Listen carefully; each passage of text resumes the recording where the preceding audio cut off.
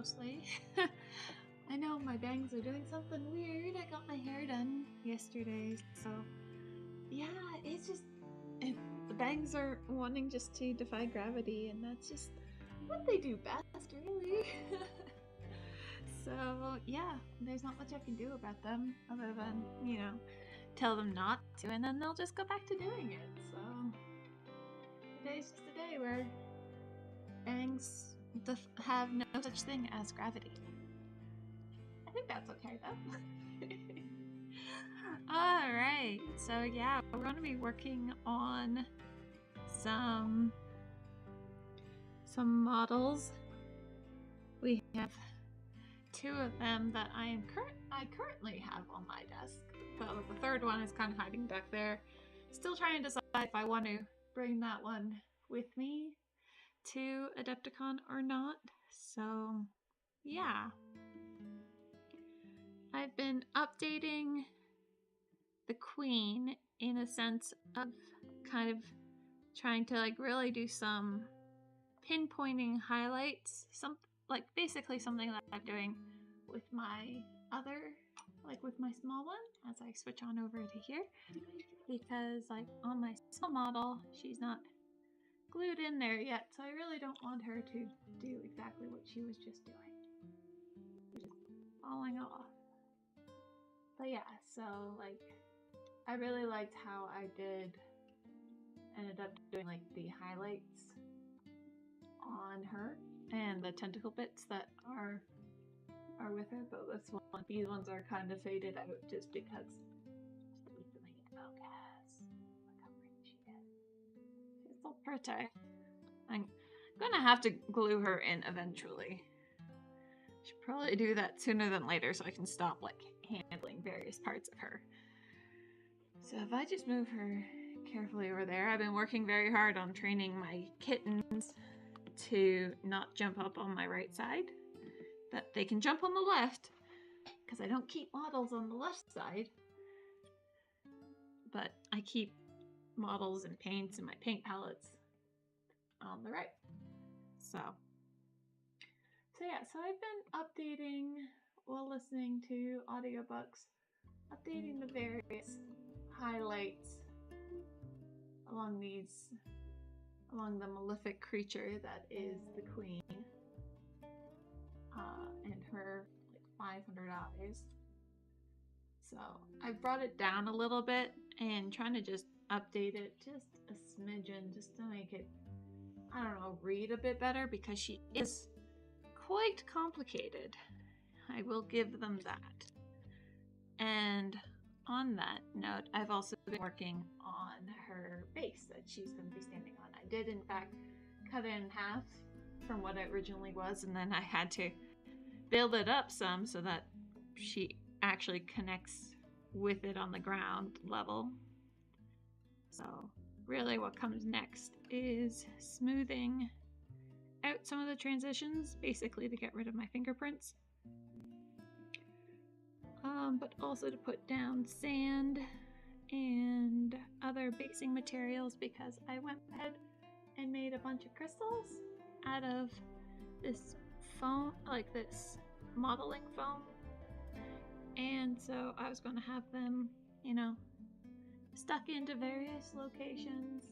I did this with Kairos Fate Weaver as well, and I really liked how that turned out.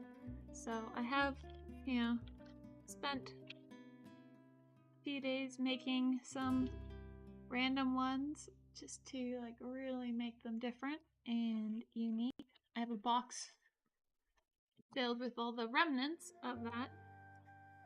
Right, I have another skull that I need to.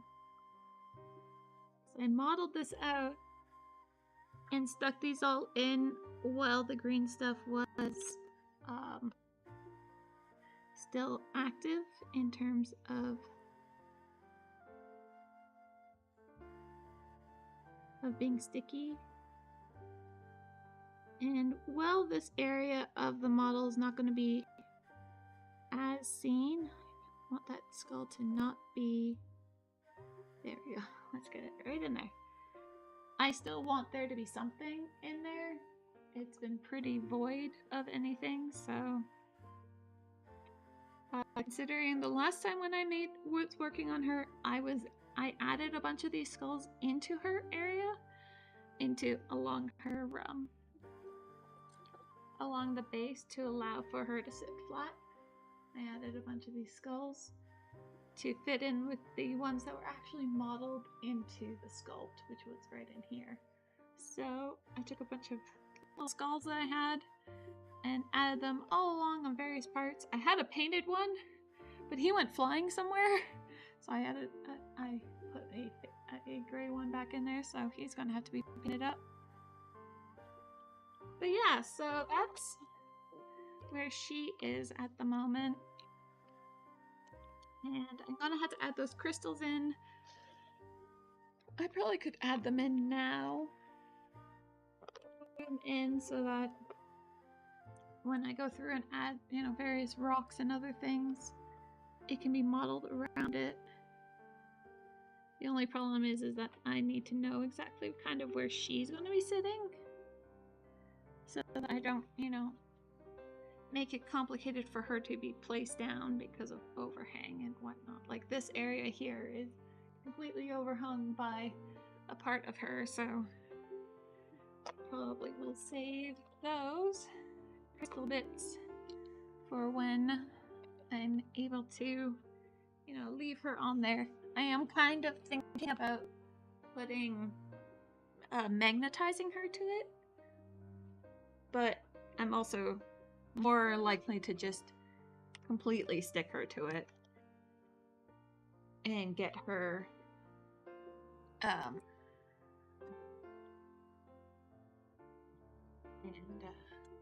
then build it up so it's fully attached. But I would like to have elements of her more finished so that when I do in fact do that, I can have her varnished, at least to help prevent any kind of wear and tear from me holding it. So once when she's stuck on the base, it'll be good because then I can hold the base. Yay!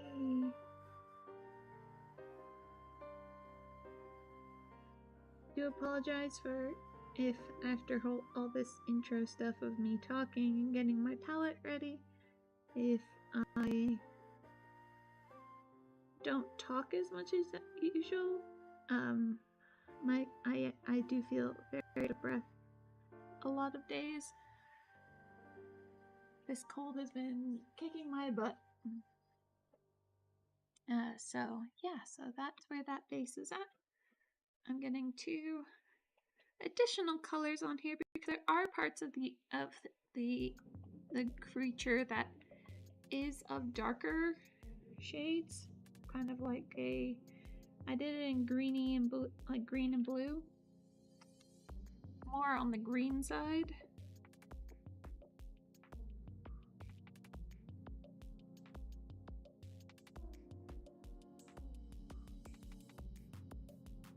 And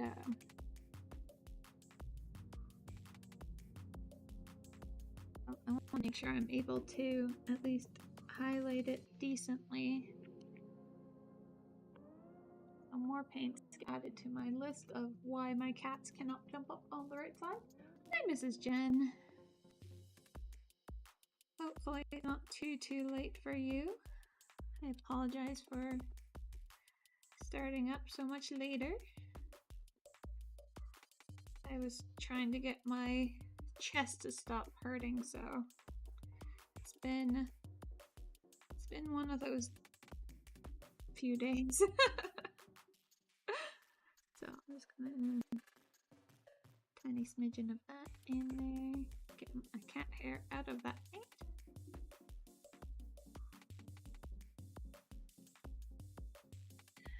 Yeah, so yay! And where is my brush of...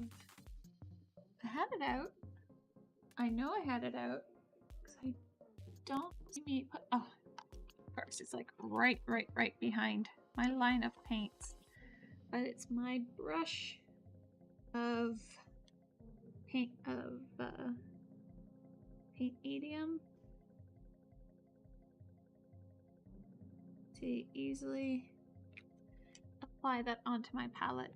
And that's just a paint medium to help with the tube heavy body acrylic.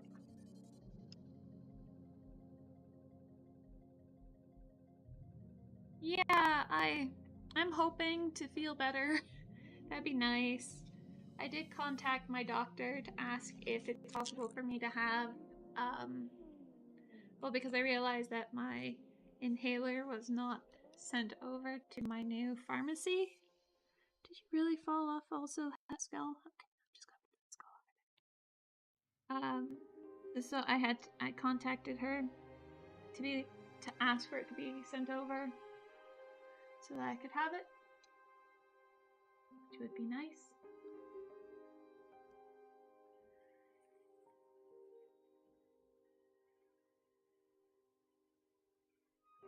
So we'll see how long that takes her to get over there. I'd very much like to be able to breathe without it being in pain. Personally, you know, it's generally considered to be a good to be able to breathe. Generally, you know, right? Heard those rumors. Hi, Mikey. How are you doing? How's Kitty? How's each of your guys' kitties?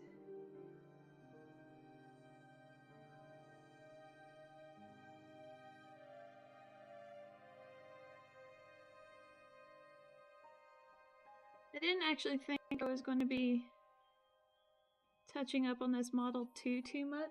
Hi, Dina. But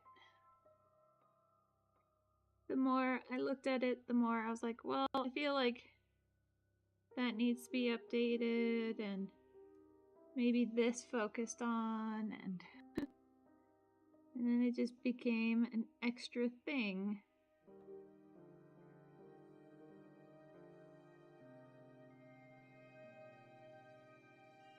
Oh.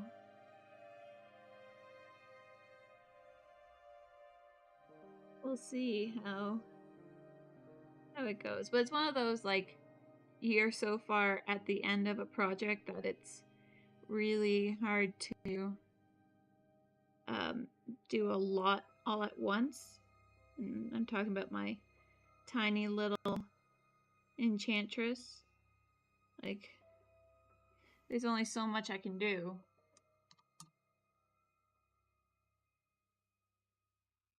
Oh, I'm sorry you're sick.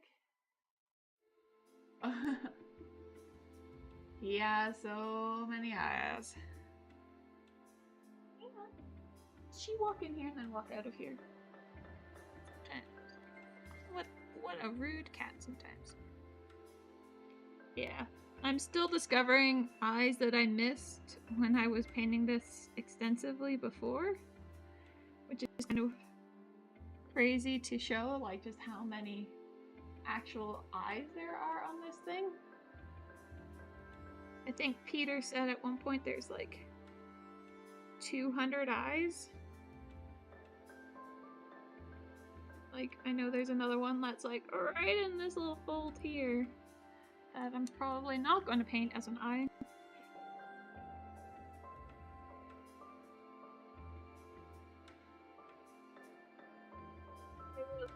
I didn't have any kind of paint out that would work for highlighting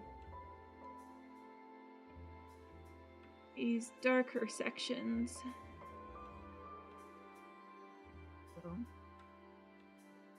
Yeah, good girl.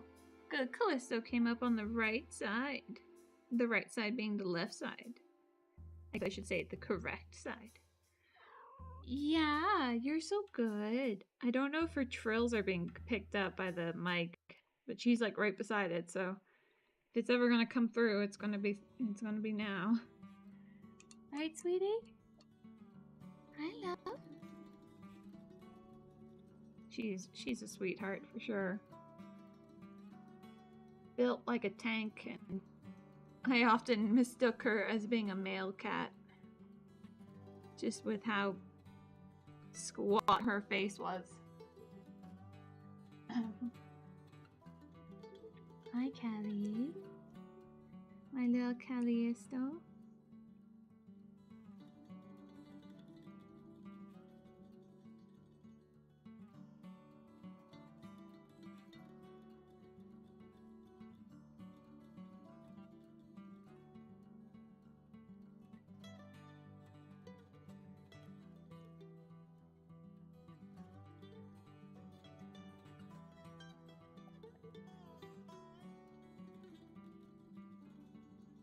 He's very invested in drinking that water in.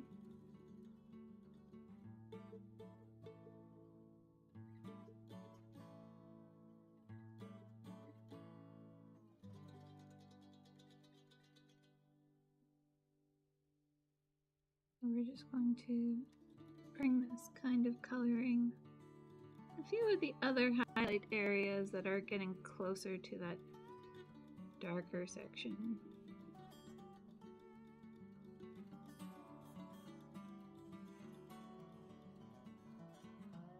And somehow I moved right back to using my Winsor Newton miniature series. Oh yeah, no, that was so lovely. That was the first time that Moose had. Where did all this oil come from? Did that grease really not ever dissipate? Great. I was using coconut oil, I guess. Well, not I guess. I know I was using coconut oil, but I guess it didn't dissipate from the bottom of the model. So, probably should just get new gloves on. But, so Moose has never really allowed them to sleep right next to her, let alone on top of her. It was just so sweet. And Callisto and Raya sleep on top of each other a lot. So,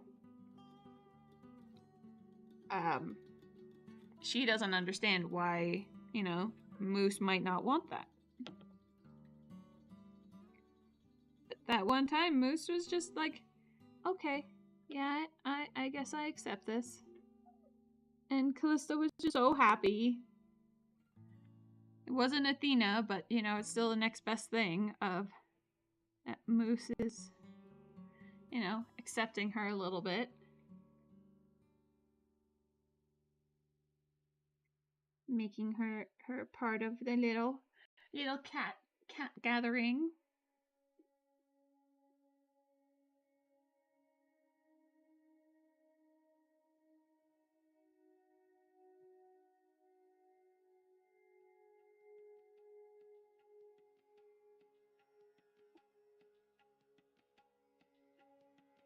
You don't.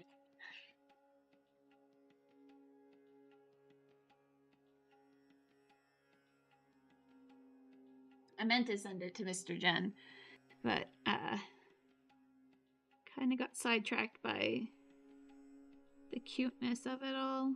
So thank you for sharing it with him.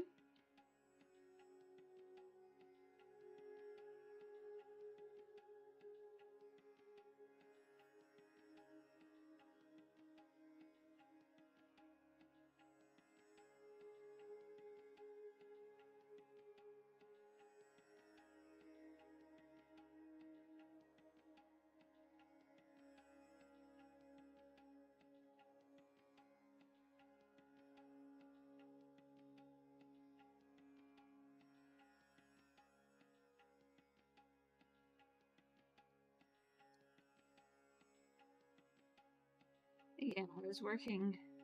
I was getting a bit frustrated. I think it was the last stream I was doing this. I got a bit frustrated with it not really wanting to turn out very well. It not looking how I wanted it to look. And I ended up going back and watching a bunch of the actual saved videos from when I was streaming and still like sending it over to YouTube. And they were of when I was originally painting the first one and parts of me painting this one. And so I kept scrolling through it. I'm not fully watching it, but being like, okay, show me the palette. Come on now, show me the palette. Show me what colors were on there. Like, you don't even have to tell me the names. I just need to see the colors that are on it. And it helped me remember like what some of the colors I used were. So then I was able to start making it work.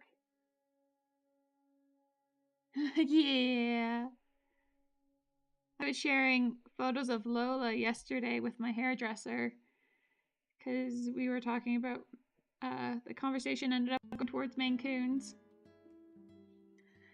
And so I was telling her how I was excited about meeting Lola.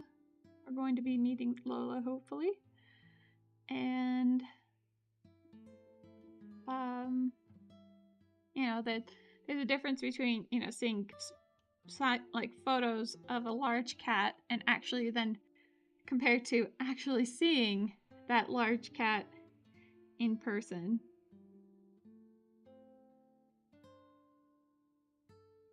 So I'm excited to see Lola.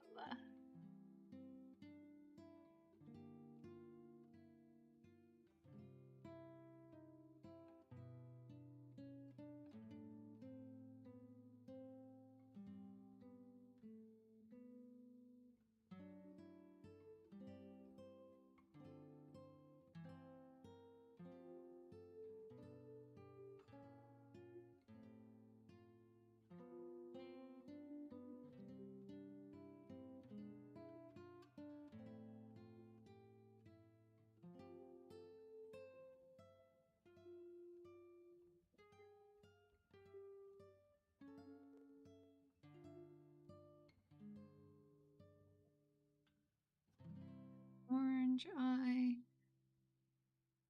Yeah, like I found a few more since working on this. It's like there's so many. I know, I'm so excited. Still super nervous, but you know about the whole like driving thing. But I'm excited nonetheless to be able to show Tam my country.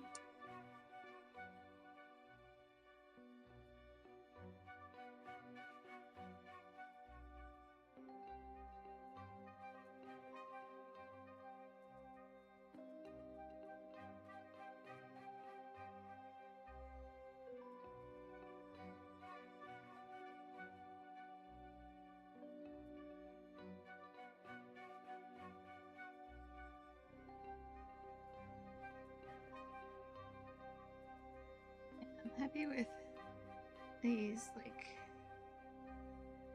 greeny updates or like little spot highlights on.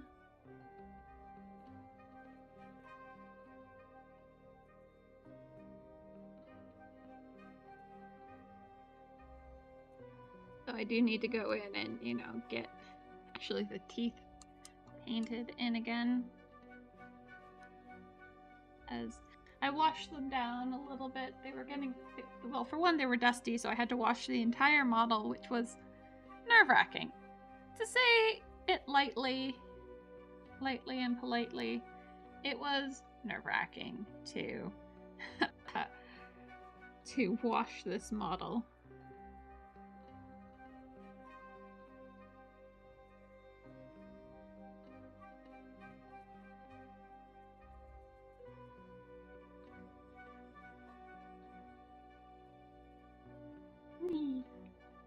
Don't say that. I might steal Lola and just be like, well, she's mine now, and this is my home now.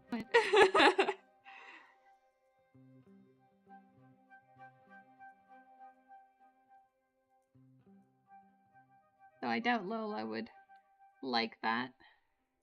Pretty sure she approves of you guys as her humans, and not so much me.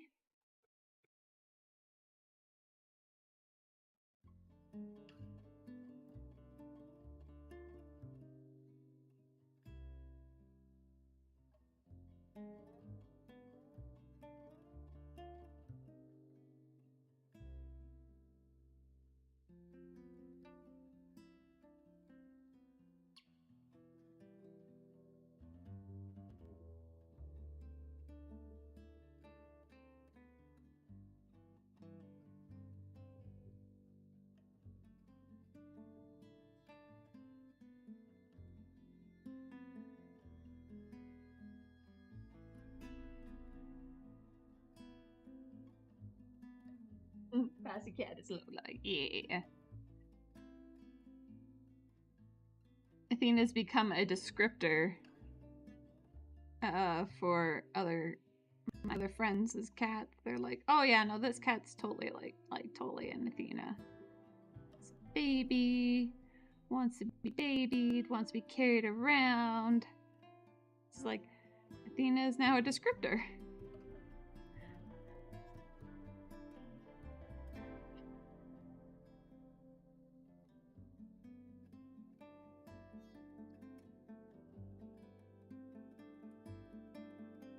Totally understandable because she is the ultimate expression of that. Although she has, I don't know, quieted down a little bit. It's nice to hear her meows again, though. And you walk by her and she goes meow. Oh, meow meow.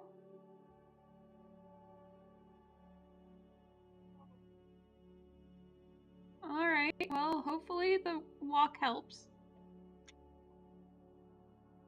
One can only hope, right?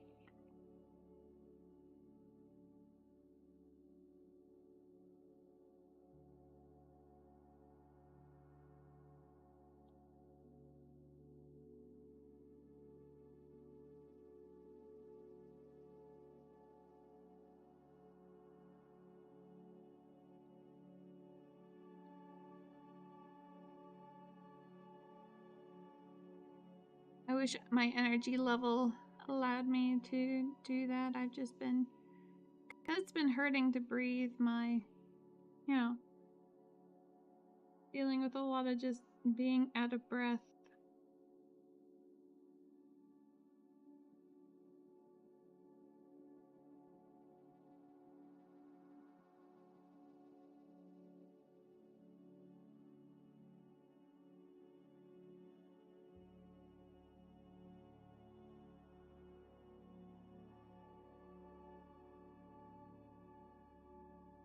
And so even talking is a very exhaustive process.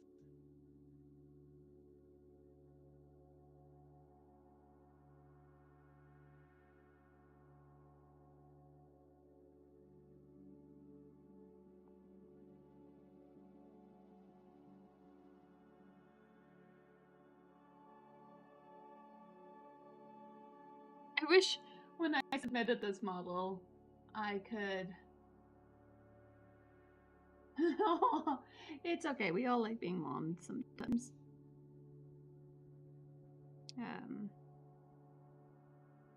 I wish I could have like a note with this model about how much this model has actually had to go through in order to make it to a definition.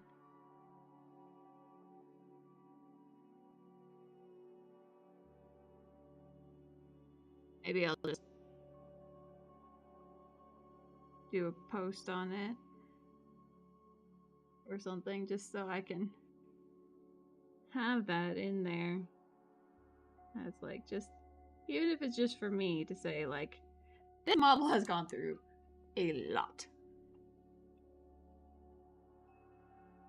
And it's been broken so many times.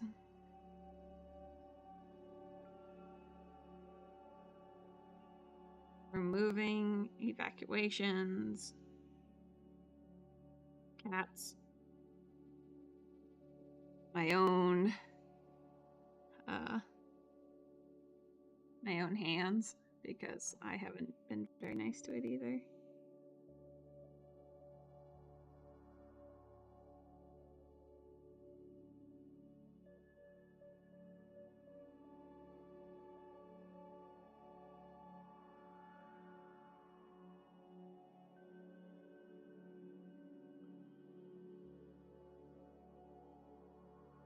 She got a bit stuck on her base, and I ended up snapping off the book here like 4 days ago. For to whom it may concern. Yeah. In case you feel like being interested to know what happened to what it takes to sometimes bring a model to competition.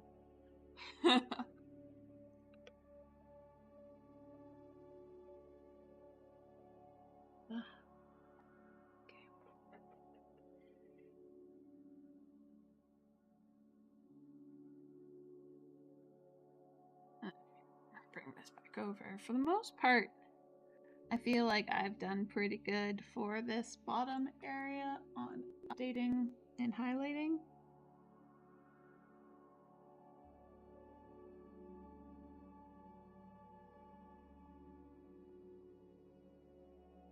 Or at least that's my hope.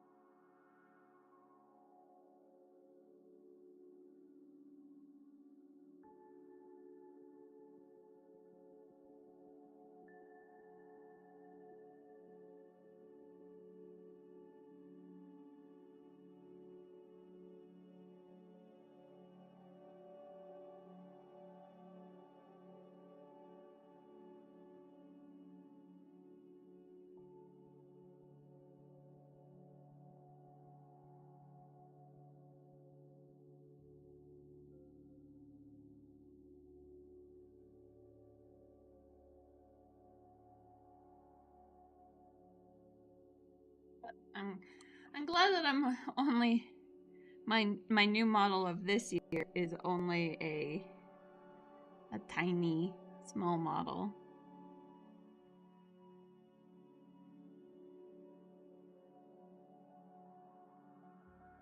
Considering I'm doing all this to like remember a lot of my skills, a lot of the concept of working on a large model just did not appeal to me.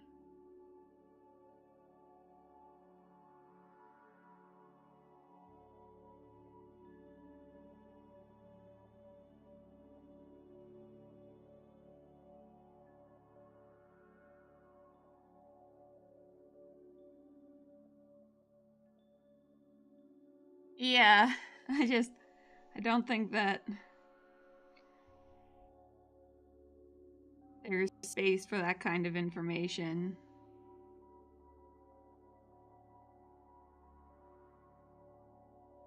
On my entry.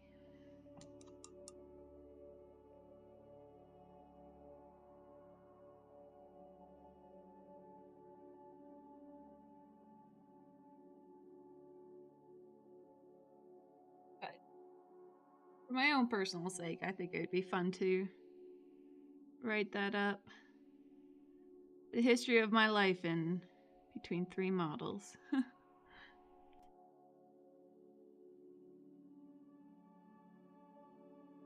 Because the twins were were mostly done soon before my injury.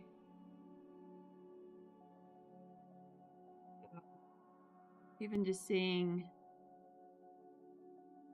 the visual difference between my mentality with these models.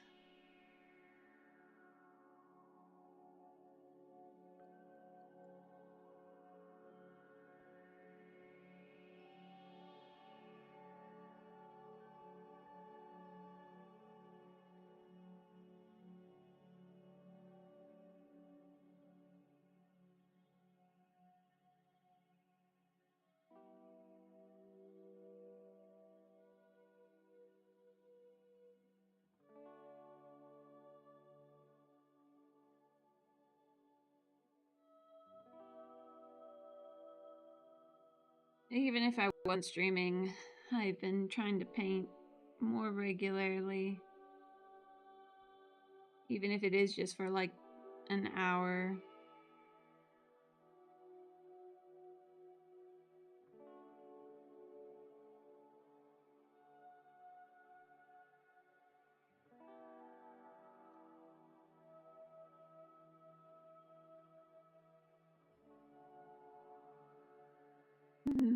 The beginning of a novel.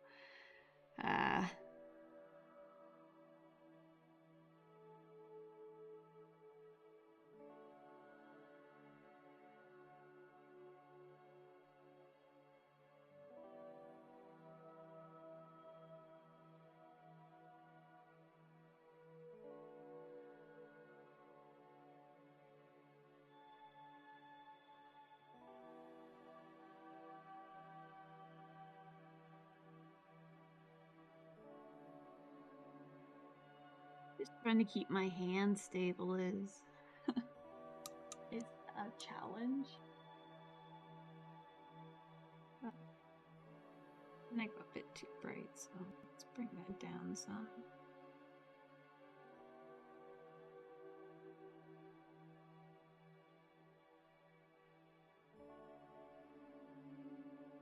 I'm using still a very chunky brush for this.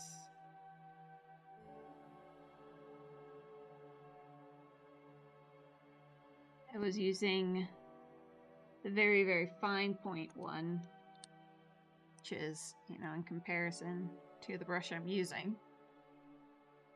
Like, those two sizes.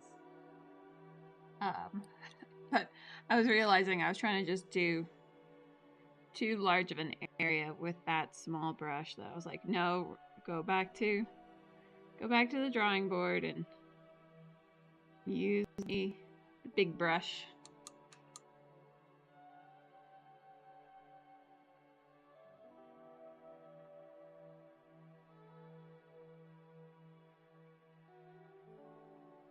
With how small some of these areas are, a very long-stranded paintbrush can sometimes just get a bit too much in the way.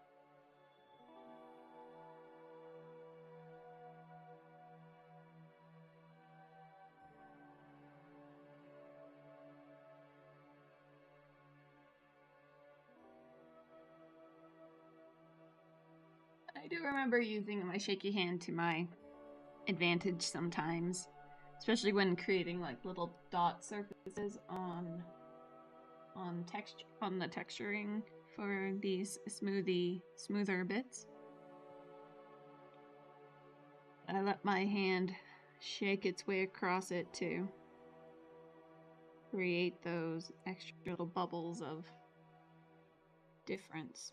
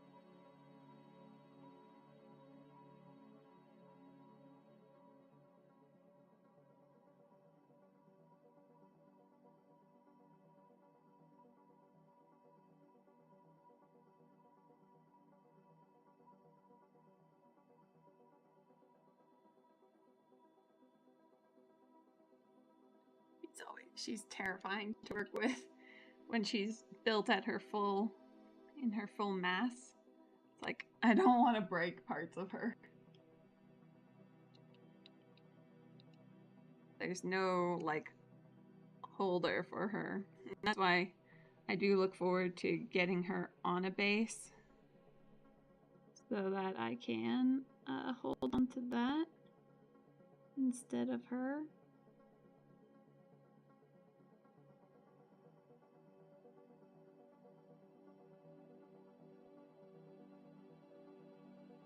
I guess it did take about 3 years for me to, or 2, I don't know.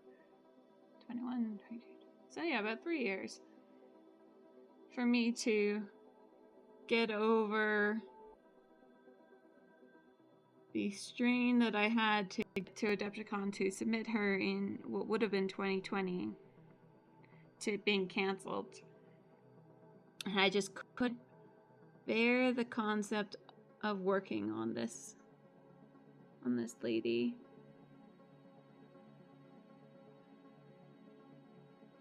Just really couldn't handle that concept.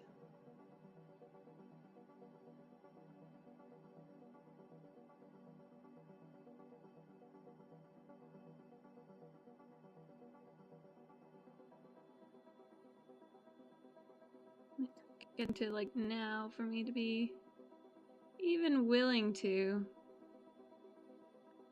rework on her.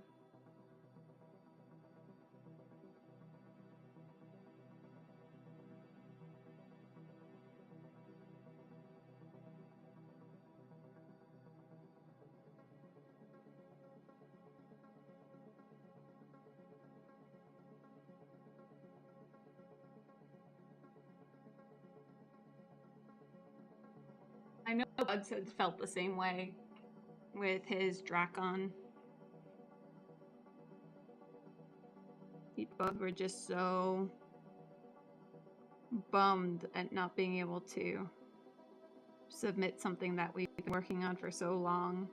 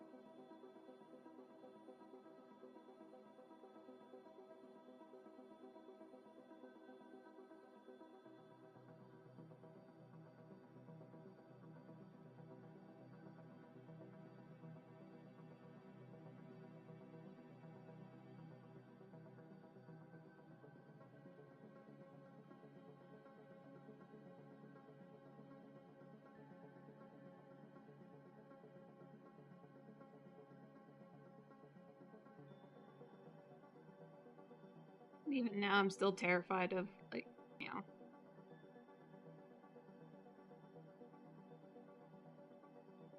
the amount of work that I need to still kind of probably put into this model. Kind of, sort of, probably.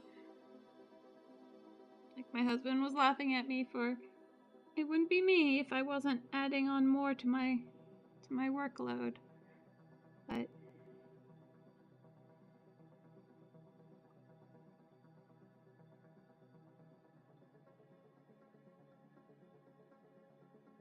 hard to know what else to add to my small model.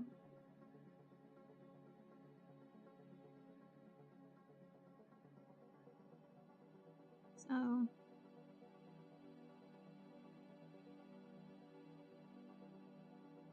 and if I have the time to think about it, I might try to update the non-metallic metal on my twins.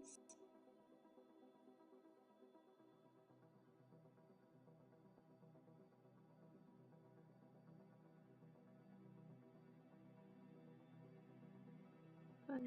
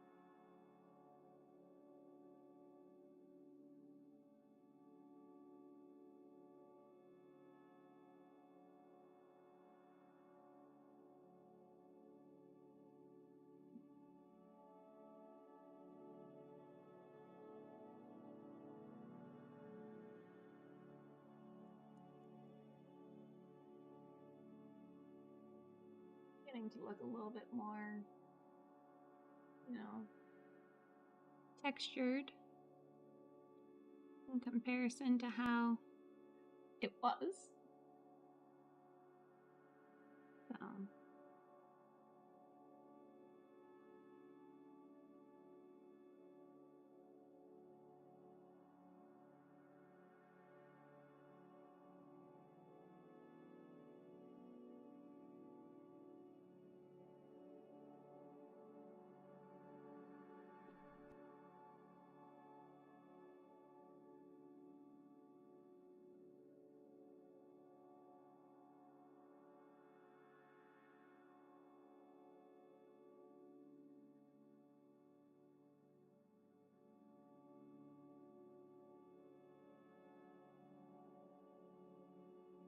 Been listening to while I've been working on these behind the scenes, I've been listening to the Red Rising book 5, I think we're at now. It's called Dark Age. It's so good.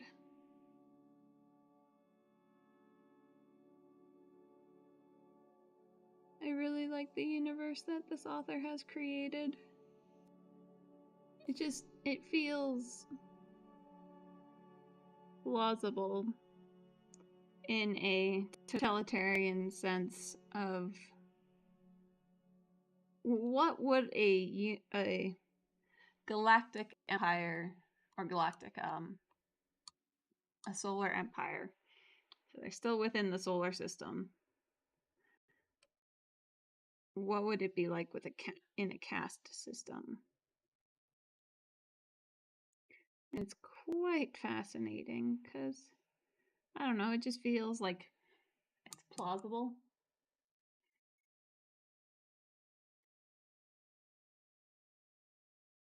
As scary as it is.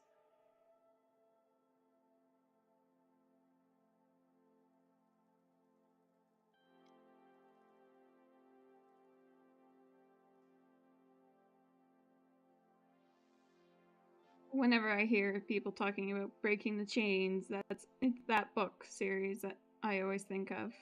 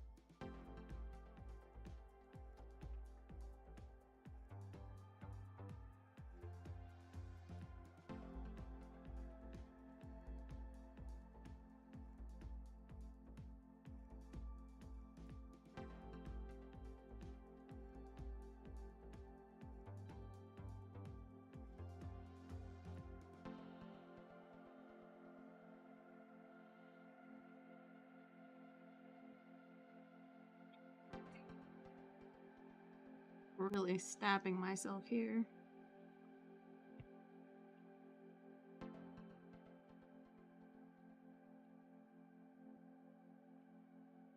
Okay, let's get some water in me.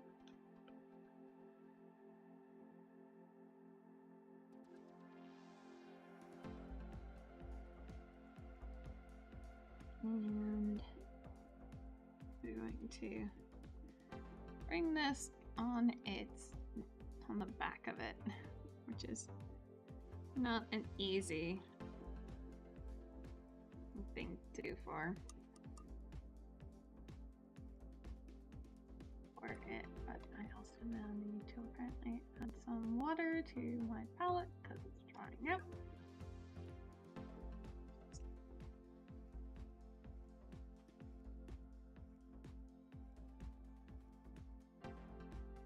Oh, to live in a drier place than California.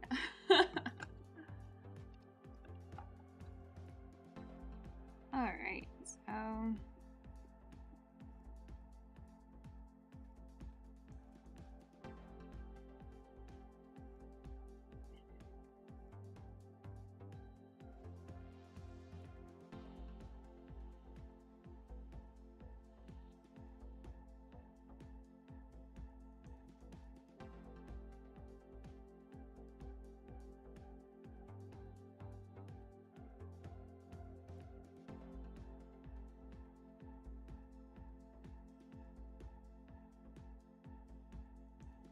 It's also very easy to get overwhelmed and tired of looking at this model and all the extra details that need to be done and just be like, actually, you know what?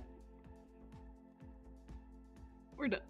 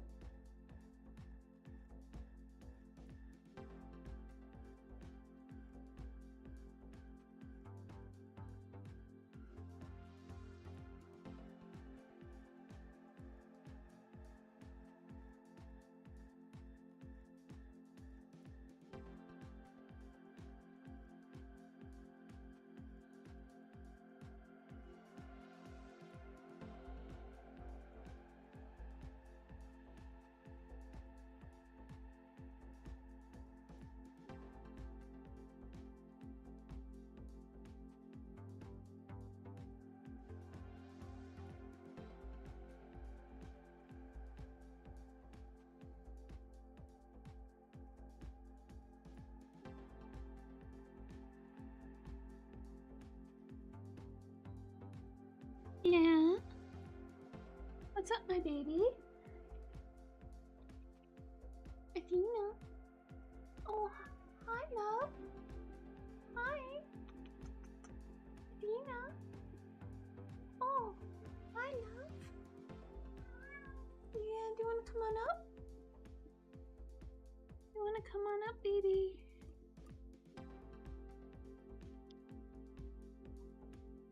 Oh, it's a big baby girl. Oh, hi, Athena. Oh, okay. You can be on my shoulder. Hi.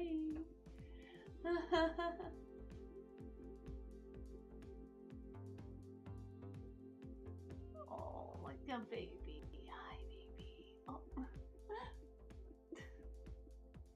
You're being difficult, Athena. You're being difficult.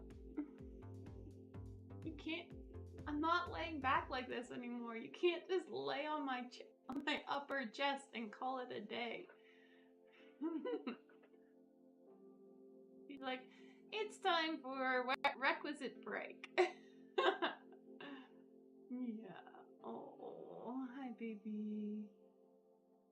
Hi, baby. Yeah, kitty. Oh, yeah, she's just like, no, love me. You're going to love me. She got so used to laying on me like this when I was leading up to my surgery, when I had a really hard time. Like, I couldn't sit up, so I was laying completely like flat and prone. So she got used to laying on me like this. And it's one of those of like, I feel like she's gonna choke me out because she's putting her full weight onto my neck. Yeah. So, hi. Is that Tuveston? Yeah. Okay. Hi. Cat. I couldn't see who was talking because of how Athena had me laying. Athena, do you want to be in your pocket? Look, I even have the blanket. I've had the blanket ready for you this whole time. Yeah. This blanket just for you. I put it there just for you. Yeah.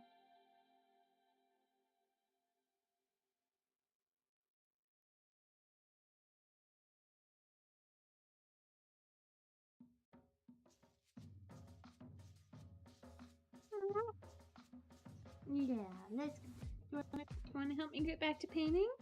No, you're just going to lick my hand? I mean, you can do that too, and clean yourself. I wonder how I'm going to do this. How am I going to paint with her sitting right here?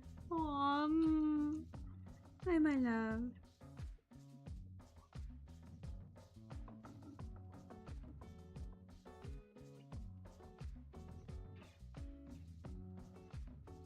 Can I have you just like lay down or something? Can I have you lay down now, Missy? Or you want? Oh, you want to chew on my paintbrush? You really approve of this one, don't you?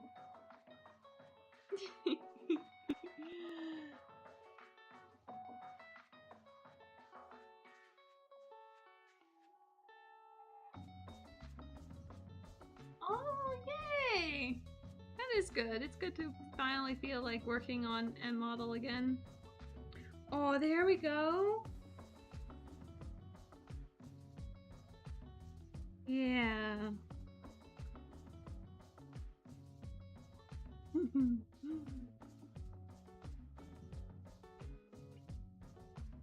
Yeah, she's now laying right in my arms. There you go, sweetheart.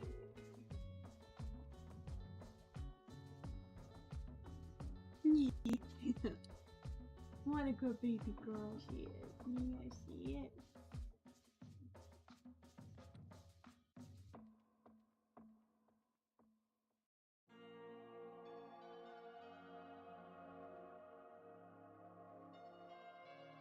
Mikey, the walk didn't work. Yeah, I'm sorry. But know that I have an Athena in my lap, and that should make you start feeling better.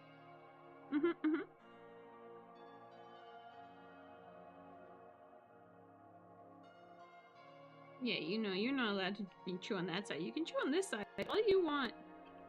Nom nom chews. Yeah. Specially chewed brushes by Athena. I should sell them.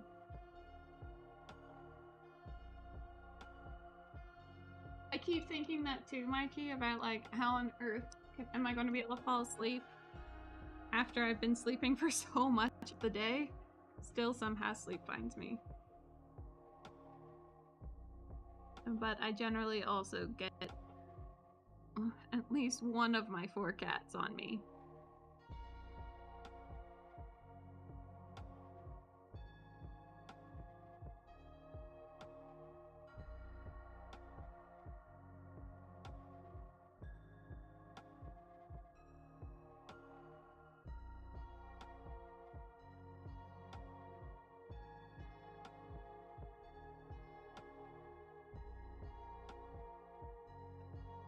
Good. Yeah. She likes to sniff the tips of the brushes, but she likes to chew the wood ends of her favorite brushes.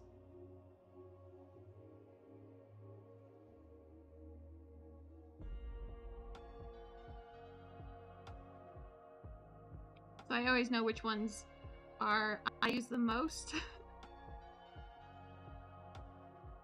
Are the ones that are cat chewed the most as well.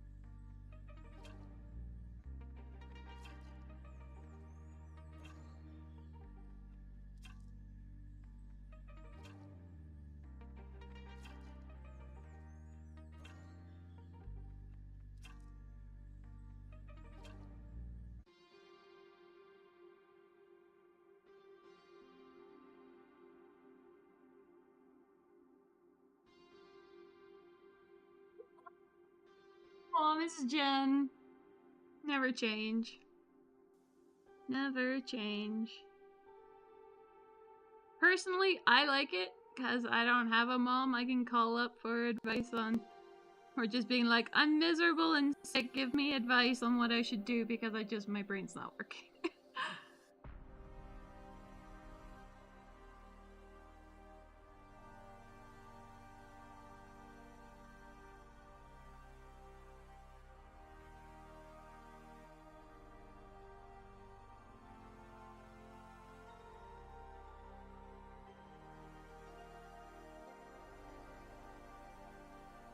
Oh, personally, I like saying it.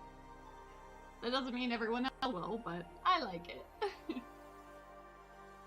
Yeah, right, Athena. Yeah. You only give me kitty advice on how to be a kitty, and that doesn't necessarily help being a human. He's like, what do you mean you can't sleep all day?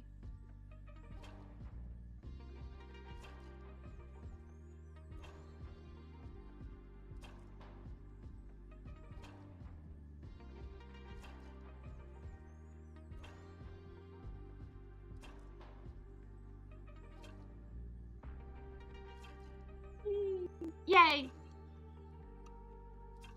Even more family. Love it.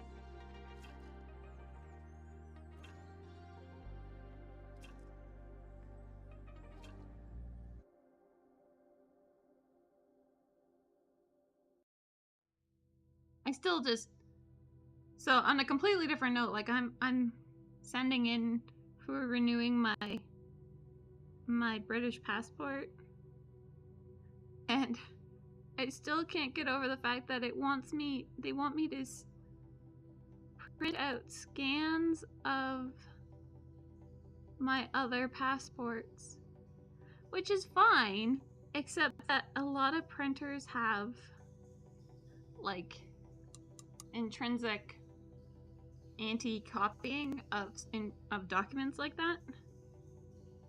So like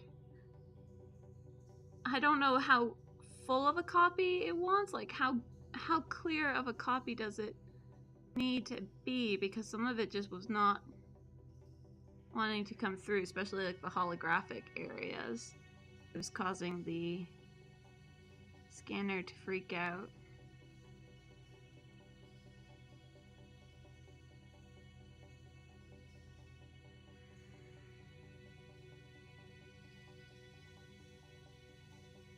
Oh, I might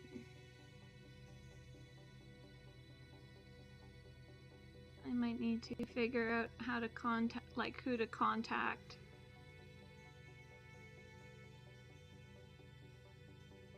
To get that information, because like if they just want a rough copy of it, then that's fine. But I don't want to send it all the way there and then it be rejected because I didn't copy my passports well enough.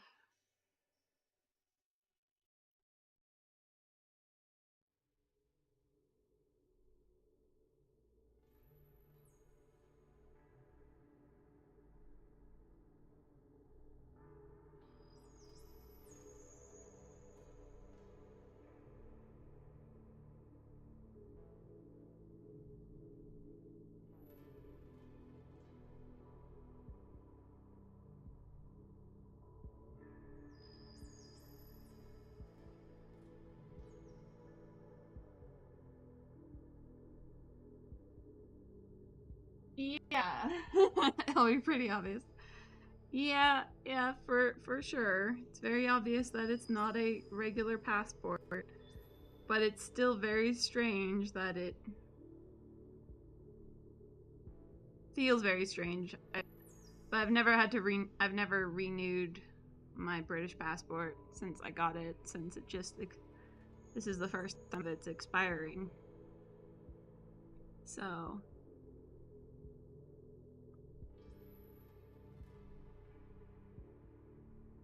I just don't know how clear they want it to be.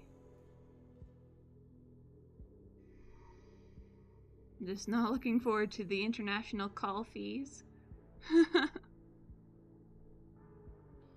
Right, Athena, yeah.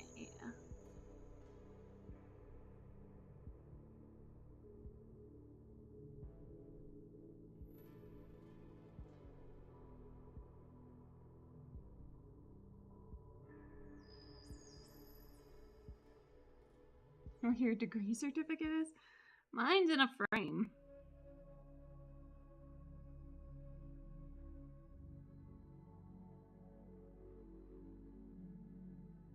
But that I only recently refound where it got put during the move. So But currently it's laying on the floor, waiting to be hung up. Waiting for me to have the energy to hang her up.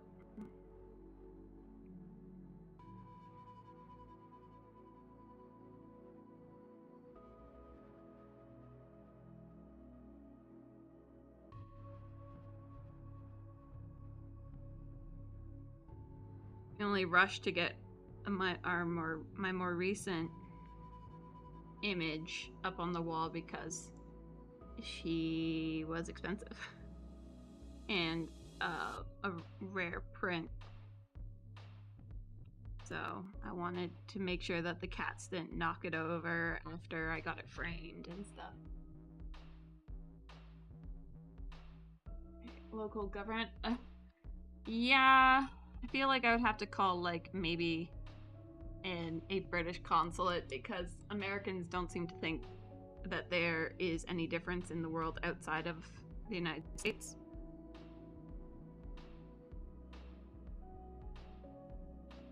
Because, like, even the lady at, like, where I got my passport photo taken was like, oh yeah, no, you could smile a little bit. I'm like, no, you can't.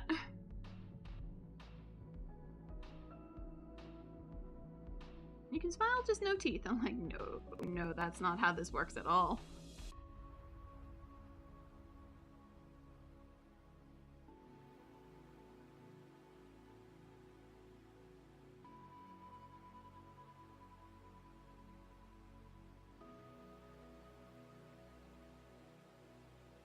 Yeah. Or maybe it'll be in their FAQs or something.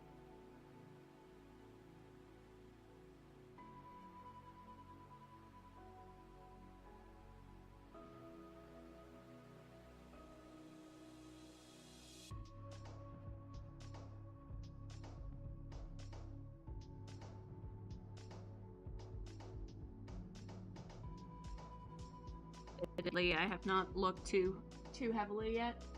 Mainly because it was yesterday that I was doing the printouts and realizing just how buggy it was being for just that one page. Just the one page, which has all, like, the main information on it.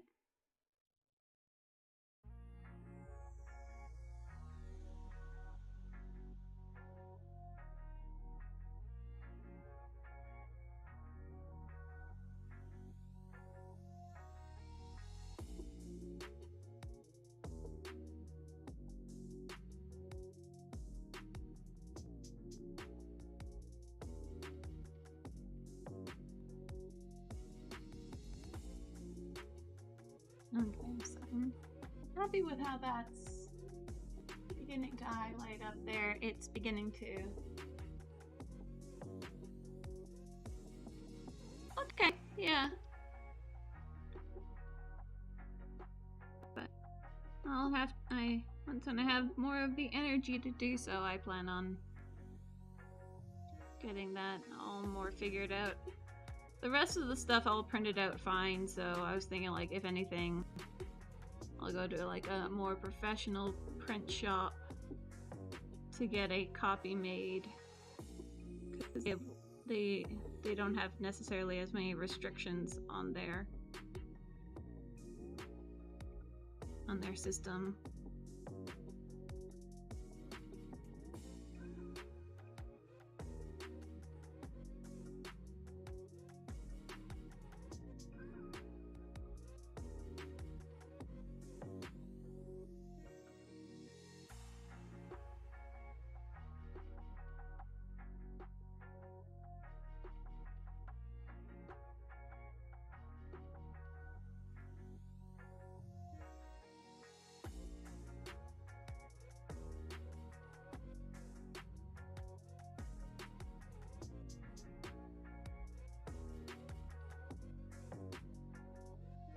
Inside the mods. Yeah. These connections.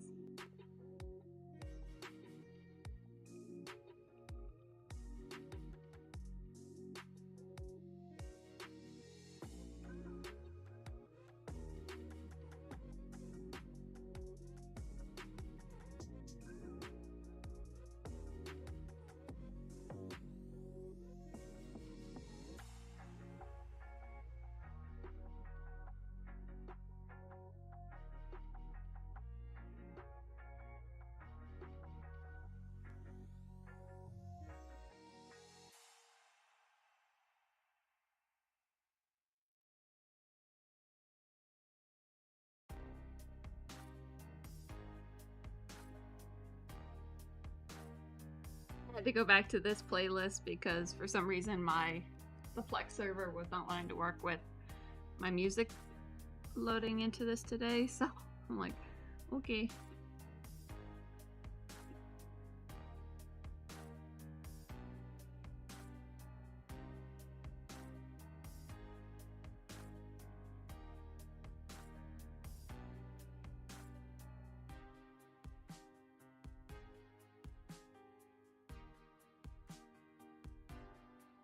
Be too heavily pigmented. I just wanted to add a filter onto some of that area just because it was looking a little bit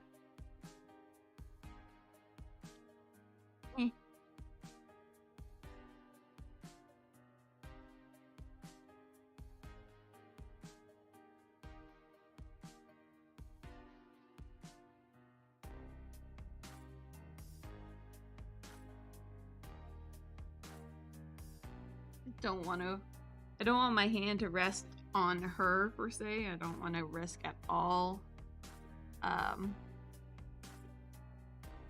scuffing her paint. Although she is still varnished, I haven't really touched on her with paint, so since picking her back up again. Oh, what's up, Adina? Are you just like stretching yourself out on my lap?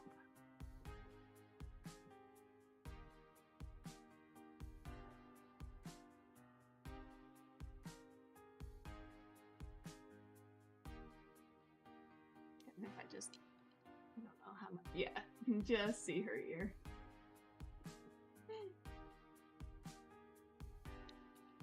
Yeah, this is where I am.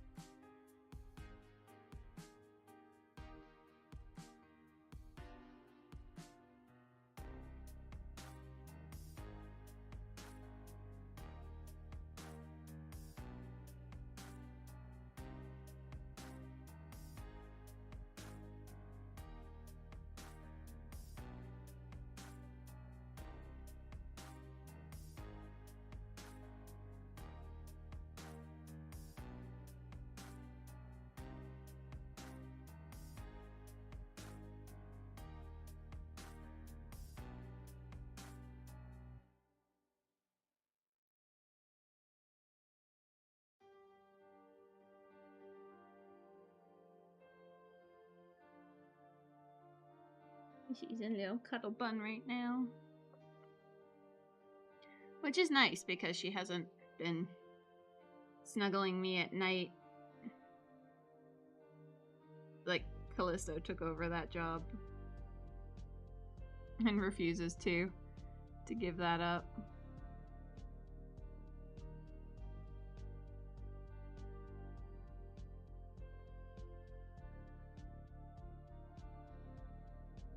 Seriously, Callisto's like, there's a reason why her nickname is Cuddlisto.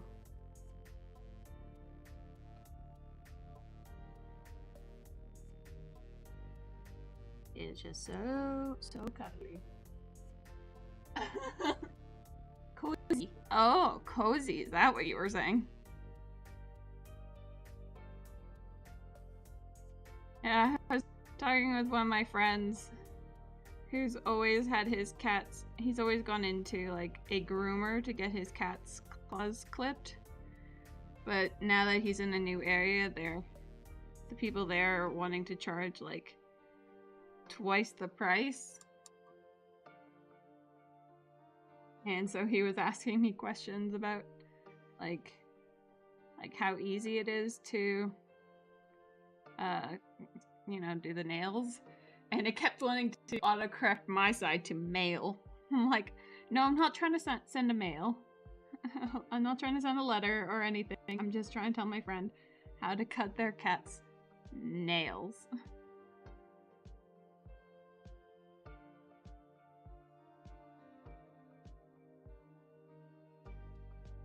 It's like, but surely you meant male.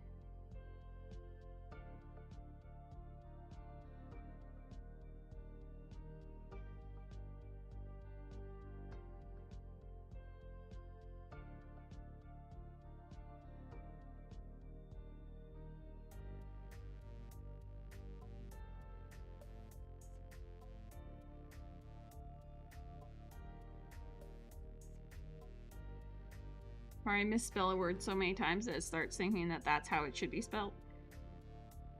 Like,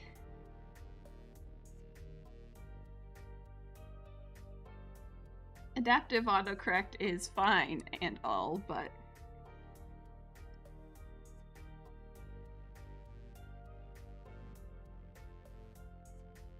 an extent to which it will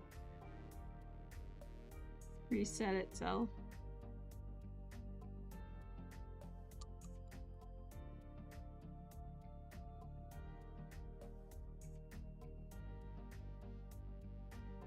Do I think this piece would have been possible without scale 75? So this model in particular, when I originally painted her, was pretty much done all in scale 75.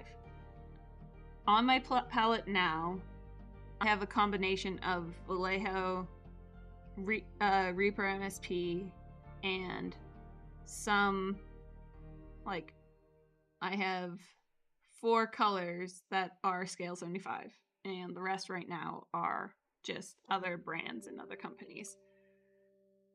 This lady was done with half scale 75 and half other company brands. And so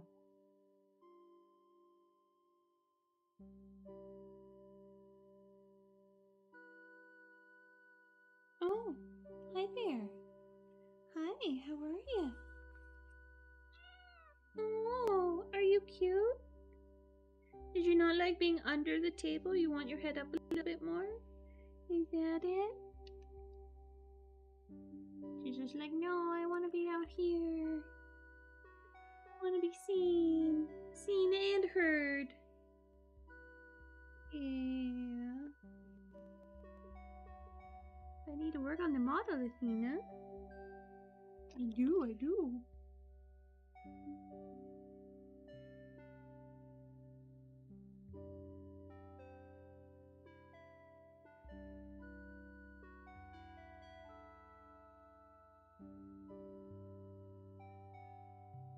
It's all pretty. So fuzzy and so pretty.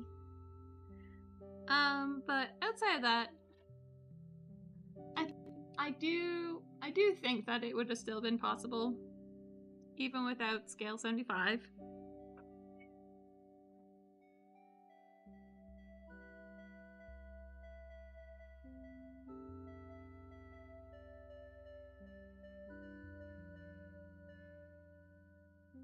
I would have liked to do this. I would have liked to see how long it would have taken to do this model in like Chimera paints where I have to mix everything.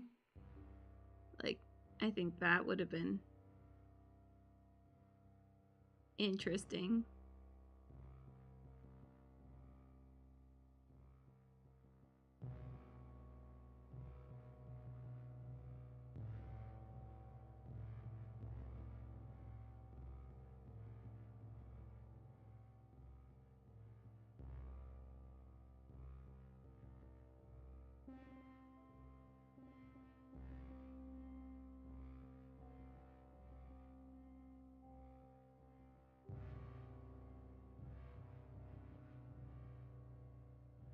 But because my hand is now cradling Athena, I'm just working on the teeth that are so far in the dark.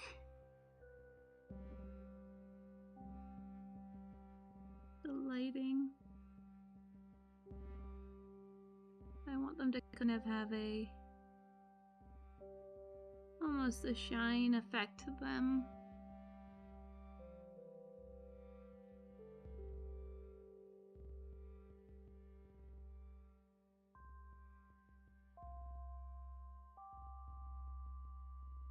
So I do know that this model did have at least some Reaper paints. Of course, the Gory Red, which is the one that I was missing when I was trying to figure out why the colors of the fleshy bits were just not looking as prominent as I was thinking it should be. going back and looking at my paint palette videos. That was the only thing that I saw that was different in terms of colors used.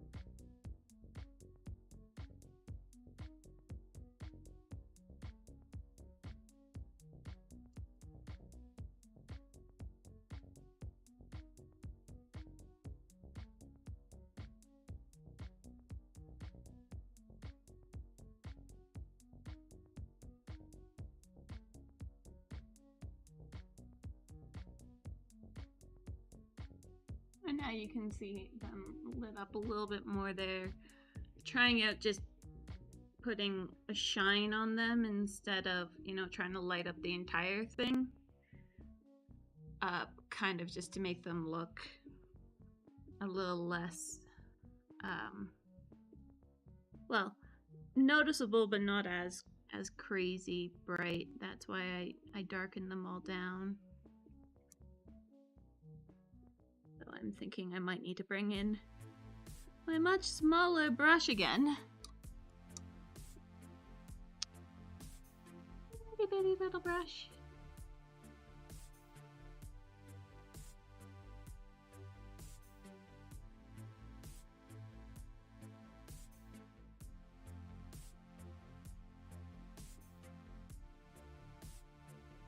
It definitely has been an adventure relearning what paints to use where.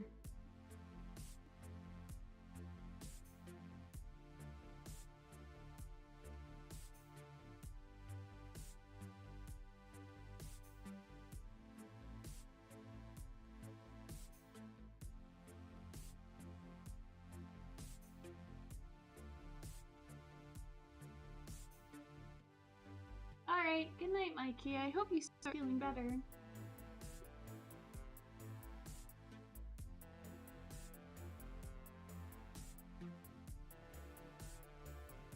So off.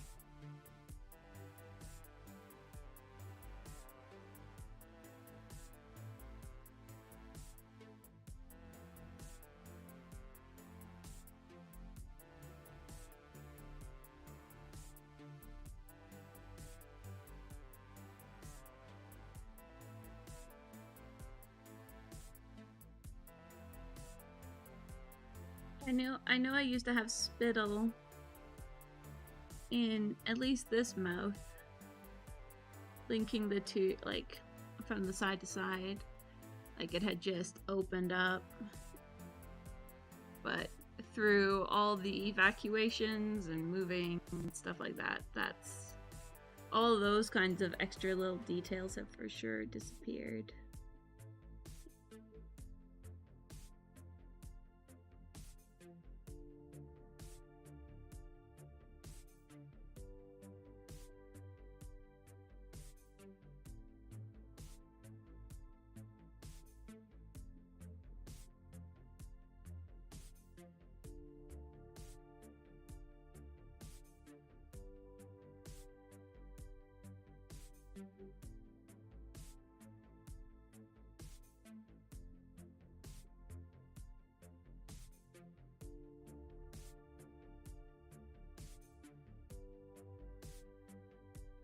But I believe I still have some glue that I can use.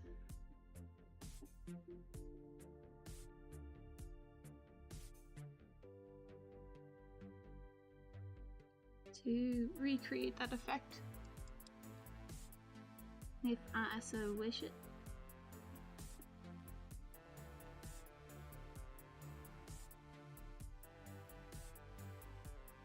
know the camera's not picking up as much as it could be, but I'm giving my hand a chance to get out of that glove for a little bit. And also just so I can hold Athena in my arms.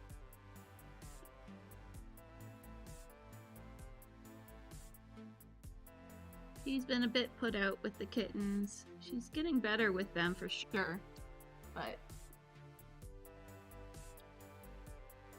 I wonder how much of it is better versus her just not wanting to be around them and thus is always off in her own little place. Or maybe she's just not as anxious as she used to be and needing me to be with her. And thus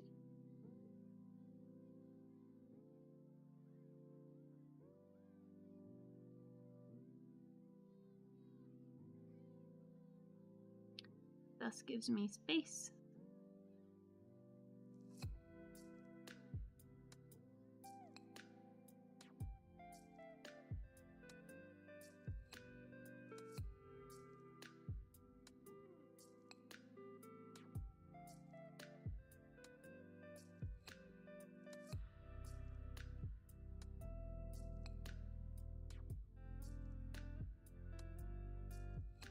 It's slowly, my mouth is slowly coming together there.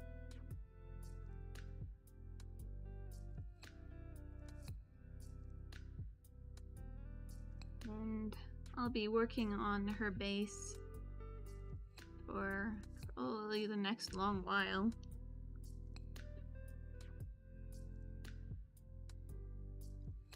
What I'll likely do is apply my enchantress to her base and just have her around and stare at her until I find that there's something else I need to do with her.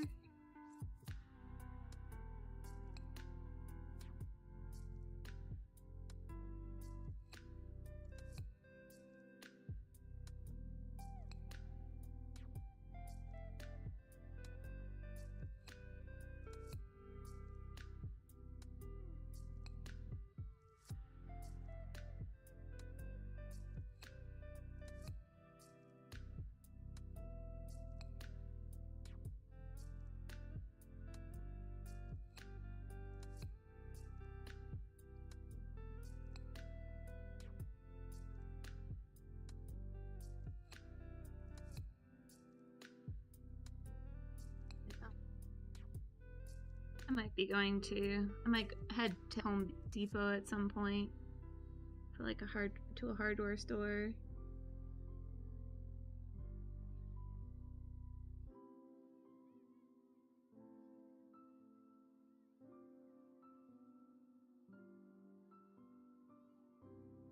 And because I saw Nyril gloves there that had like a fuzzy inside.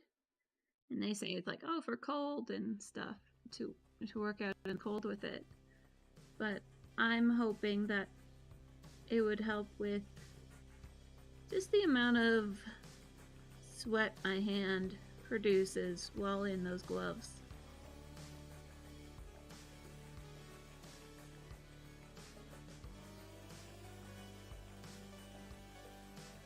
And it's not one of those of like, oh, just ignore it, because if I leave it in there too long, then it starts blistering. I know, lovely topic, isn't it? So I'm hoping that the fabric fuzz might help. Or I could just wear like fuzzy gloves. I have some cotton gloves that I wear for help with my eczema at night.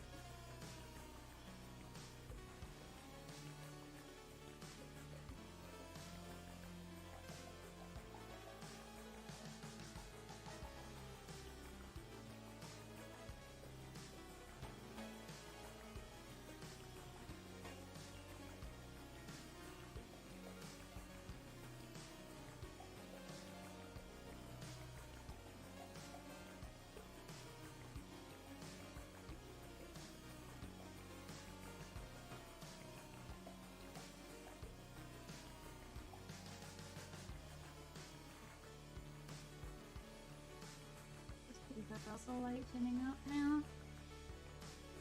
I'm just trying to focus on the middles too. Or really like the upper point of them.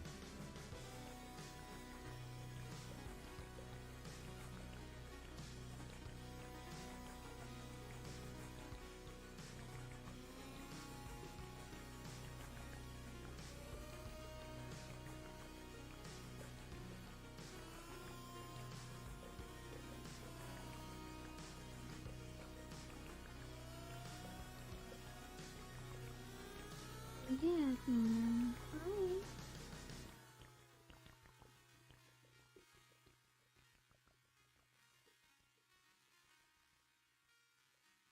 Athena does provide the best naps and sleeps and stuff.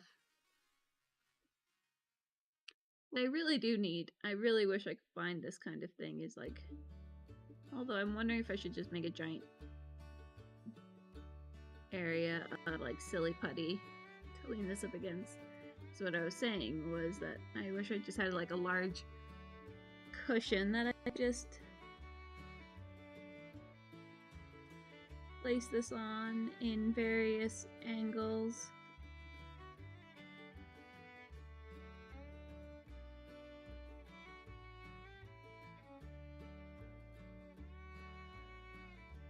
So that I can paint it without having to be super contoured.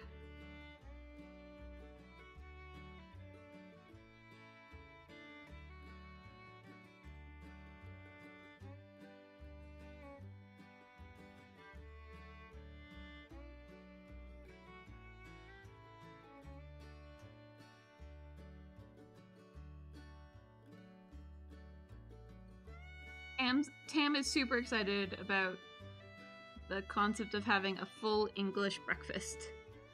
So I have to find a place that will do that. So I'm sure a lot of places do that.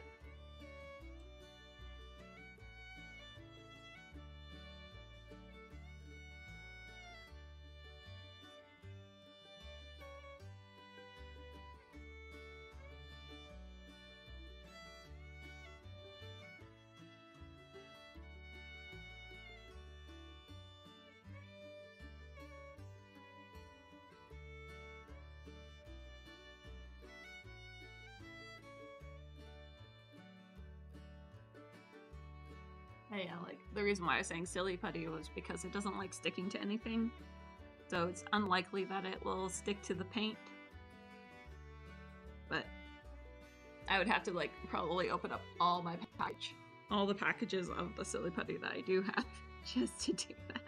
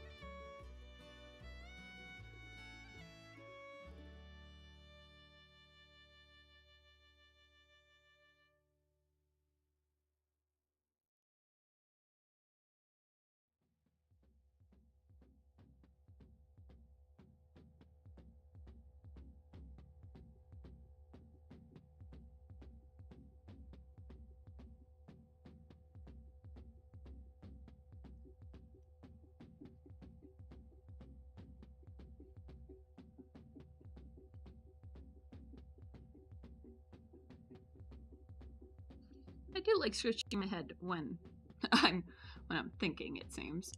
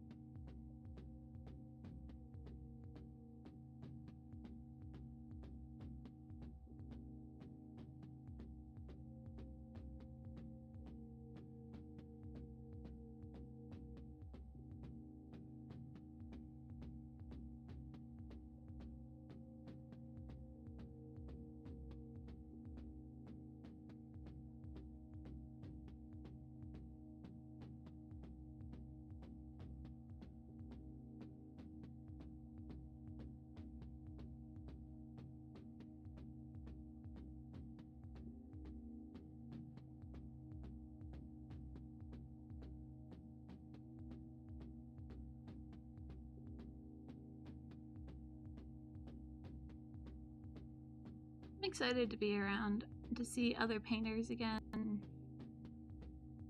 Though I don't think it'll be nearly as fun as the last time I was there.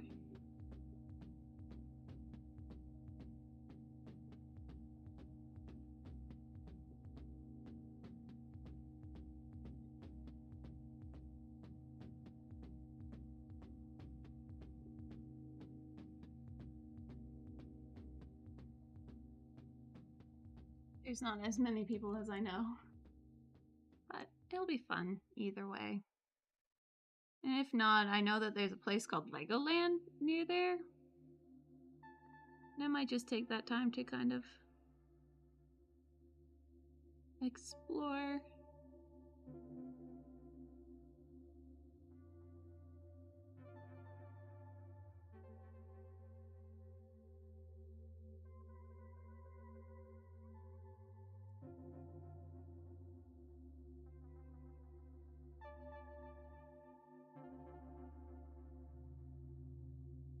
Since I'll have my own car there.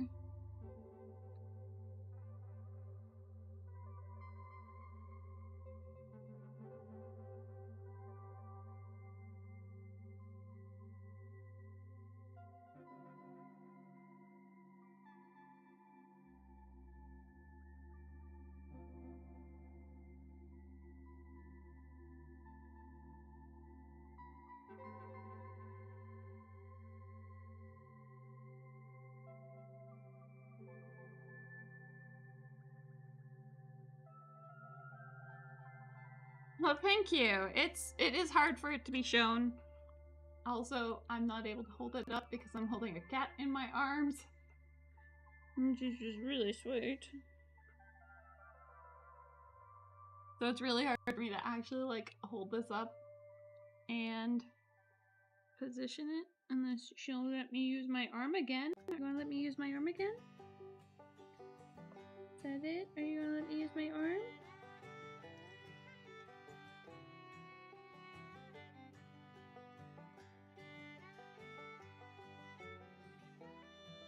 So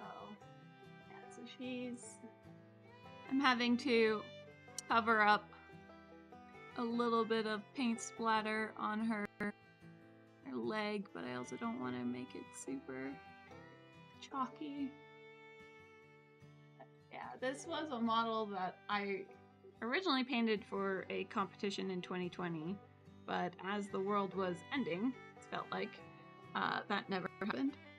So, and then life happened. So now I'm finally gonna be able to bring her. Oh, are you leaving? Or are you going to your pillow? Yeah? Yeah, you're gonna go to your pillow now? Yeah, I can sit closer.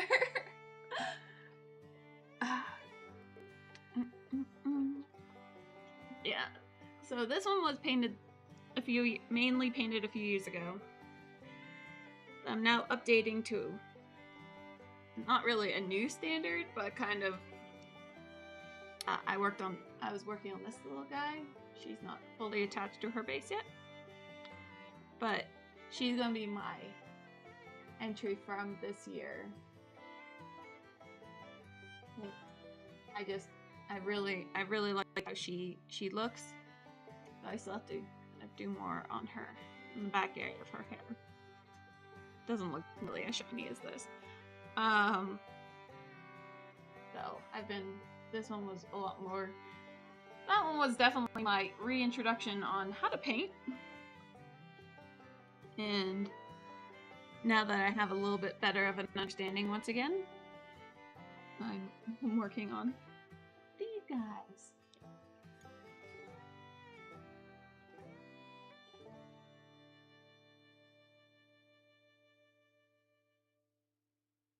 I come up with it from each model. Generally, it comes down to what am I most interested in it, in working on it, and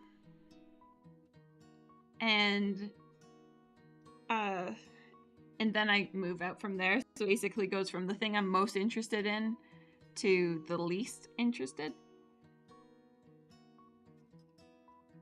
because with my attention span can be a little bit questionable at moments in time, that if I don't work on the thing that I'm super interested in, I might never get to it because I'll lose interest. But if I focus on the thing that I like the most about a model, then I'll be more interested in completing it because I want to exemplify the thing that I just super love and focused on. If that makes sense. So for this model, I worked a lot, mainly. I spent a lot of time on this part of her body.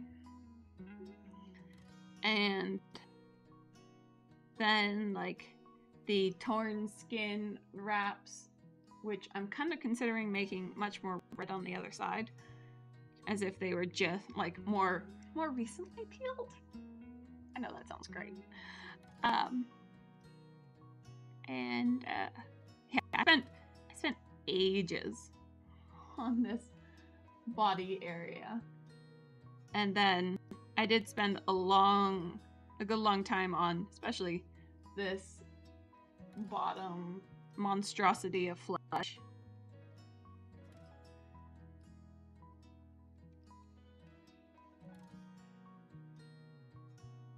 And then her backdrop was it was interesting to do.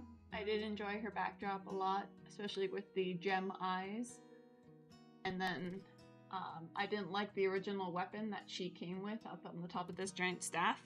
So I made my own of an axe from, I believe this one was an axe from the Lord of Malice. And then I used plastic art to make the feathers because these models reminded me, the other alternative version of her reminded me more of Hindu culture, whereas this one reminded me, especially with the bird face, it reminded me a lot more of Egyptian. So a fan was far more fitting for the feel of it.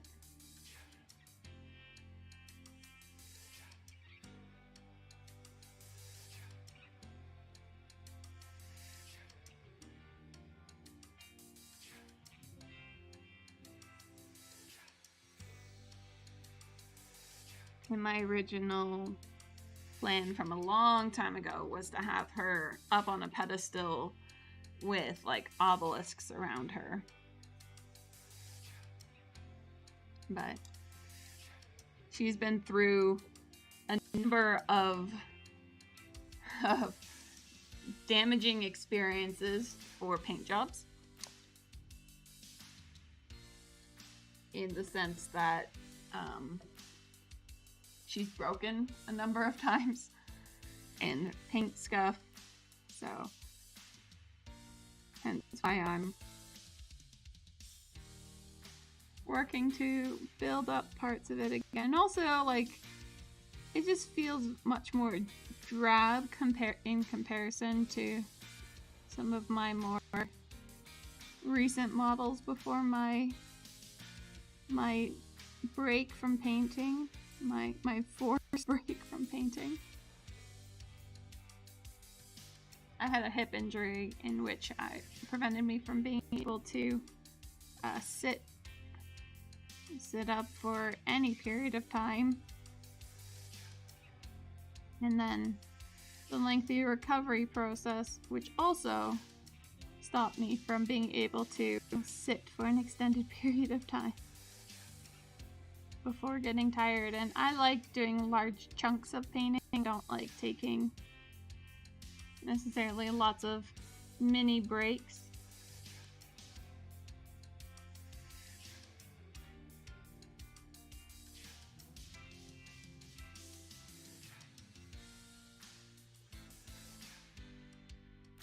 Pretty much the latter of what you just asked. I have a general impression of colors of how I would like to do it. Like when I started working on this lady, I had already done a number of models from this line, and I was really stuck in what I was calling my blue phase. So blue skin, was a natural option for that. But after that, it's moreover just kind of like, well, what would fit? What would work? I knew I wanted to do, for this one, I wanted to do blue and orange as kind of like the main color themes for the model. And everything else from there kind of just worked its way in. Like, I have the blue lighting coming in from the side, and it does actually reflect onto like the various pieces in here too. So when it gets lined up, it actually, you can see the blue lighting through the window as like that. So sometimes it's based off of, oh, you broke off, what? No, I'm gonna blame a kitten on that one. Okay, well that's more reason for me to actually get that glued on there. But no, outside of that, I generally just kind of finagle it. I never really had a formal training of color theory. I grew up in a very artistic family, but the actual like lessons of color theory were not really a thing. But I kind of just gathered an understanding for what colors to use with what.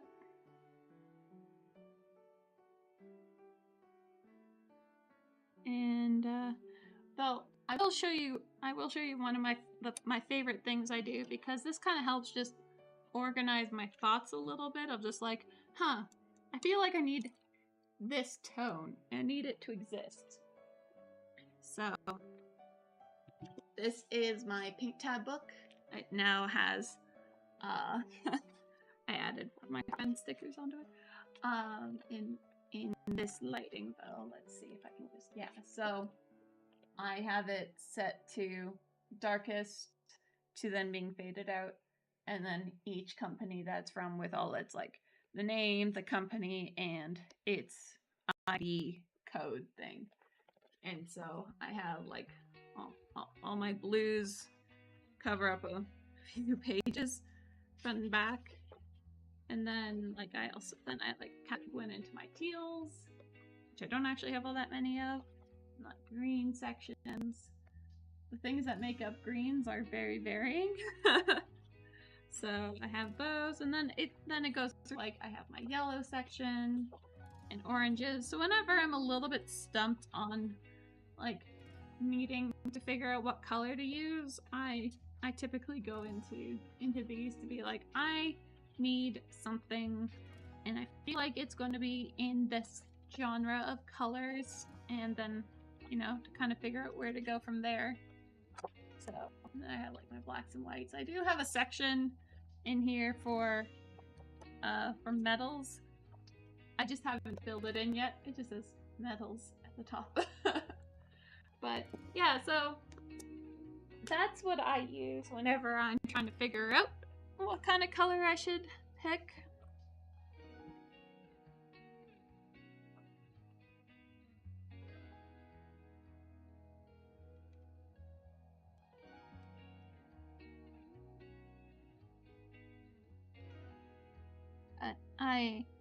A lot of what I've done is generally especially in the more recent years, although I can't really say that because I haven't painted that long.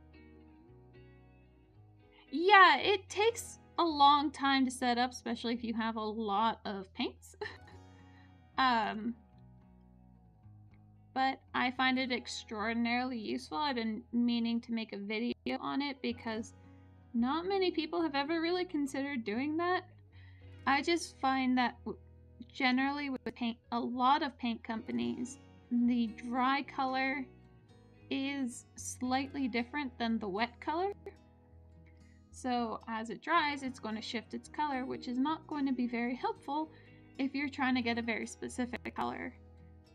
So I have those in there. I used to have them on just separate little pages for each company that I had paints of, but that was becoming a little bit crowded. So I collected even more paints. And so now I have it instead of just dots, I have it as a spread out so I can see darkest to lightest. In that way, when I'm thinking of like, oh, I wanted to highlight like the darker section of down here, I went out and I went through and I was like, yeah, this pastel green work like would be perfect, and it does. It is perfect.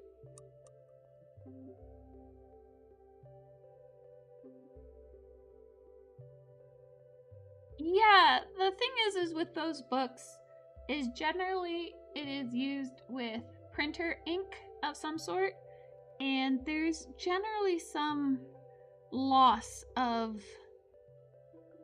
fullness of the colors between the process of turning it digitally and then printing it out in physical copies. That's why I don't really rely on color pamphlets that come with the paints and whatnot, because they're like, it's this color, and I'm like, yeah, it might have been that color for the printer, but that doesn't necessarily mean that that color is in fact the one that gets shown. So that's why I have my own tabs. And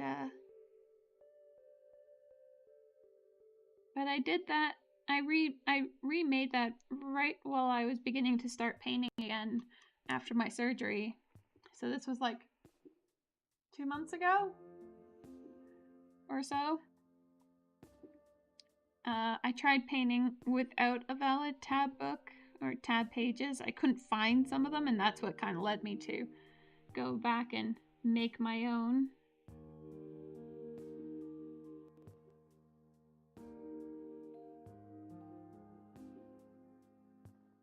But it's good just to understand your colors that you have.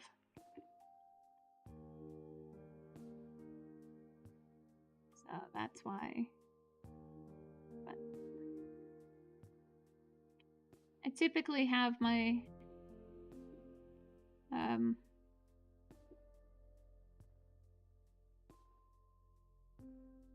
very different perspective on how color gets used on models.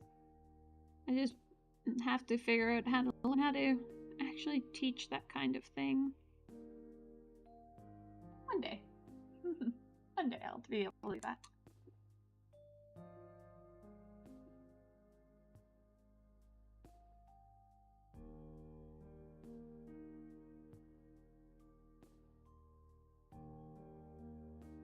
But also another handy way of figuring out colors is like, especially on my small model, I had no idea really what color I should do the smoke. So I did a base color of blue because that just makes my life easier because I like blue. And then I took it to Photoshop to shift around the colors because it's so much easier to just undo than to repaint. So, and I've done that with this model here. I've done it with all my big competition pieces, at least, or high quality commission items have also been in that kind of take them to Photoshop just to help, theory craft how I want to have the paint job go. And even then, like, it didn't fully turn out the way it was in my Photoshop, but it got pretty close to how it wasn't when I was painting it, and then my own mental inspiration kind of took over and went from there.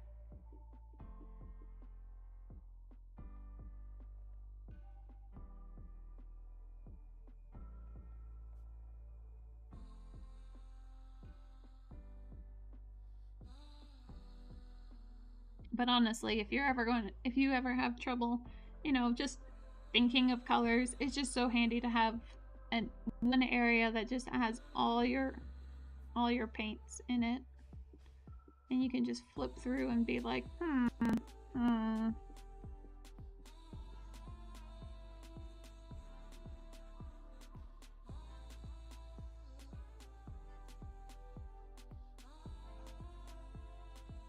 it's such a different thing that I've even considered at one point, like, you know, setting up a book layout for other people. They can just use it instead of trying to write up their own info. But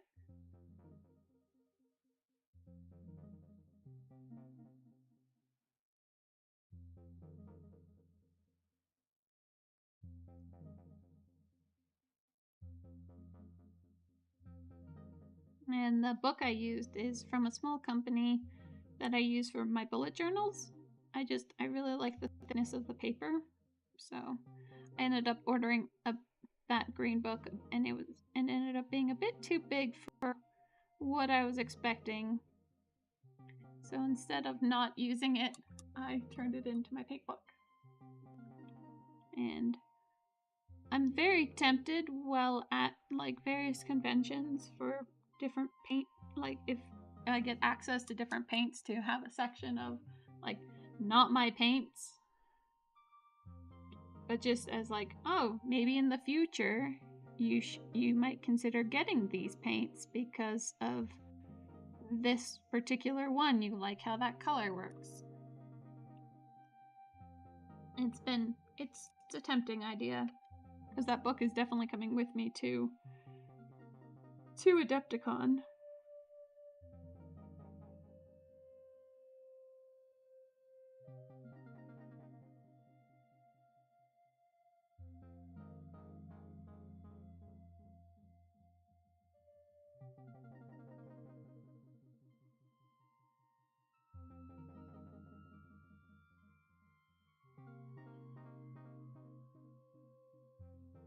Oh, for sure I do. My husband is the biggest proprietor of that kind of thing. Mainly because it was his influence that helped me even get into this. But I also just like painting things for him. And I've done it for like white elephants, between friends.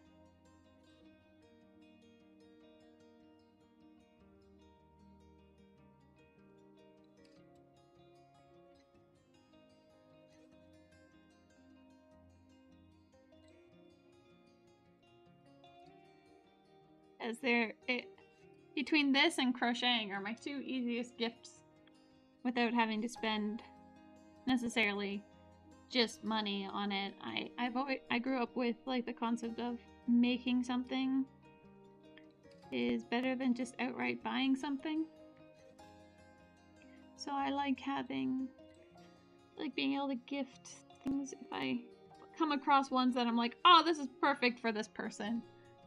And then I'll paint it up. Like I 3D printed a snake with a dagger sticking out of its mouth. Because like my friend is one of my friends around here really loves snakes. And I thought it would be really funny. So I painted it like one of her snakes.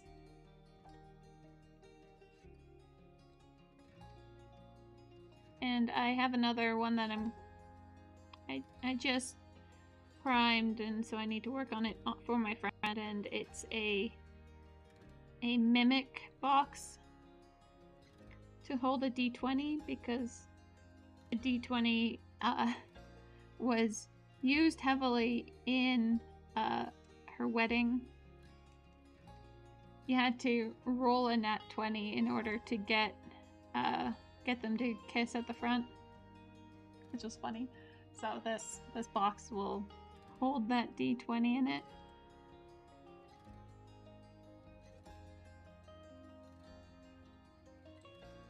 And so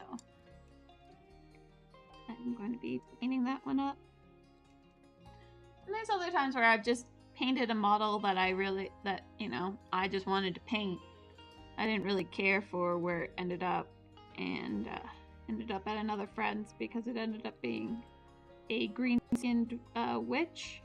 This one in particular was a green-skinned witch, and my friend really loved Wid. So I thought it was perfect, because because I want to practice on painting green skin, and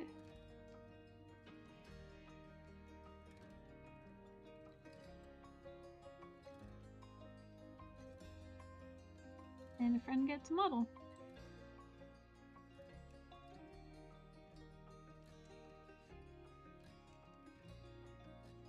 But if they ask me to do something, then I generally will charge them money for it, because it's just like, well, now it's not just me doing what I want and then giving it away.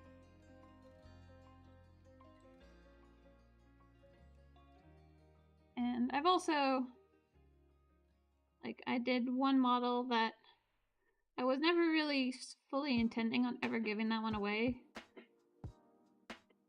But it ended up going to one of my friends who made me a painting handle.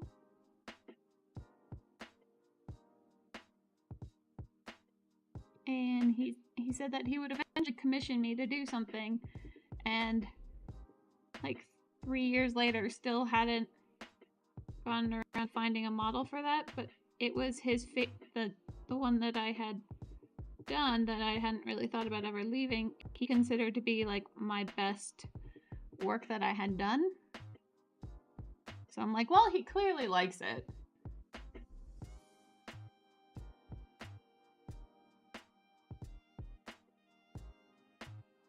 I sent that instead.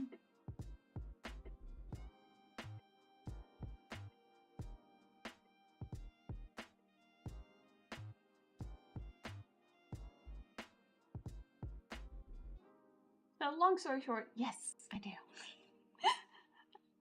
I ramble a lot. You get me on a tangent.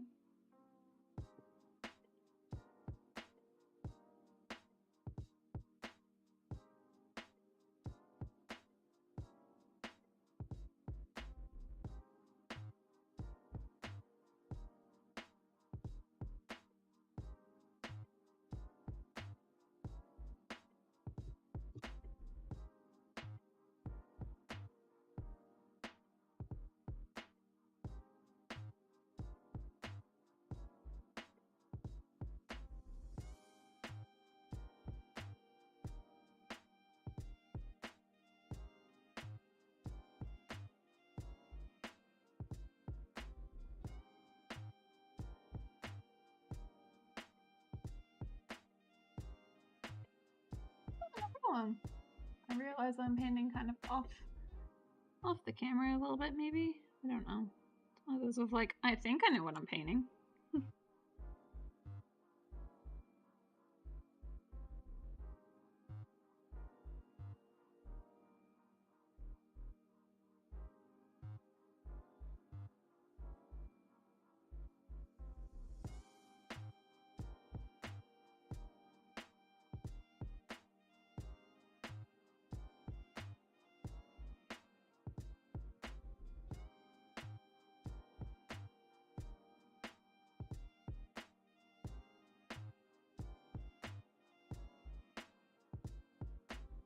But for my competition pieces, I really feel like you would have to fight me tooth and nail for me to ever be willing to give them up. Just because it's like, I don't even want to think about the amount of time that I've put into it, let alone the cost that would be to anyone who might be wanting to purchase it from me.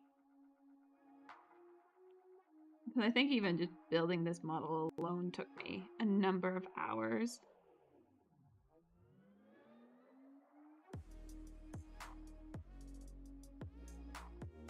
Each one I put in a lot of time constructing, and even then I still find parts in it that I'm like, oh gosh. Okay, so we got those teeth. We have those ones mostly done up nicely. I don't know if my original plan was to never have really this back area showing. Or maybe I was just so sick of it at that time that I just did not want to even look at it again to really update it.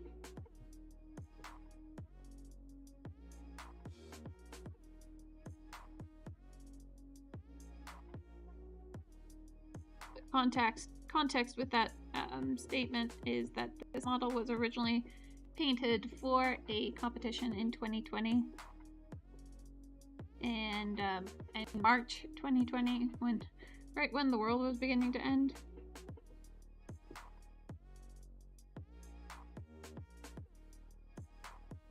And so I spent a lot of time working on it, only for her to never actually be able to get there.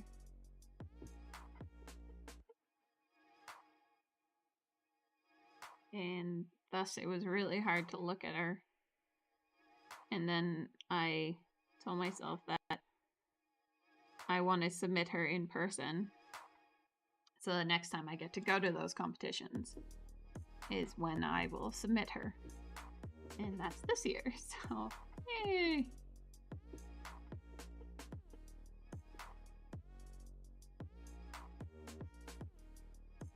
Okay, so I've already kind of started working on the spider webs of stuff over on this side. I'm just going to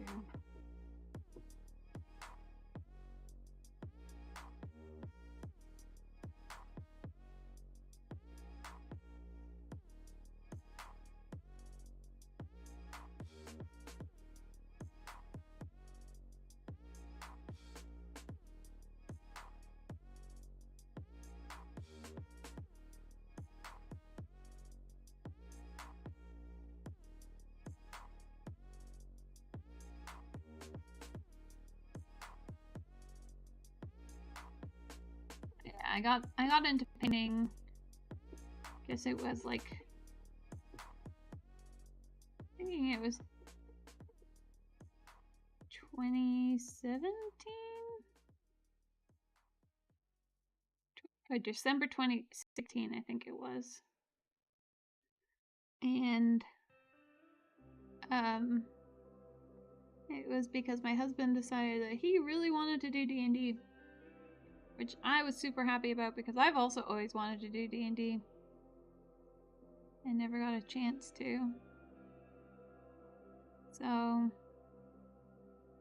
he started also buying models for the tabletop. And I was like, you know, I used to paint. At that point in time, it had been around 12 years since I had painted a lot. I was never very good at it, but it was still the way that was. And so I bought a pack of 12 paints, or maybe it's 24, from our local game store, and a couple brushes, and went from there. And I didn't buy a miniature for myself. The longest time, it was all just D&D things. And the first one that broke that was Mouselings from Reaper Miniatures, because they were so cute, and they are still so cute. I've painted almost every single one of them. I think they're adorable.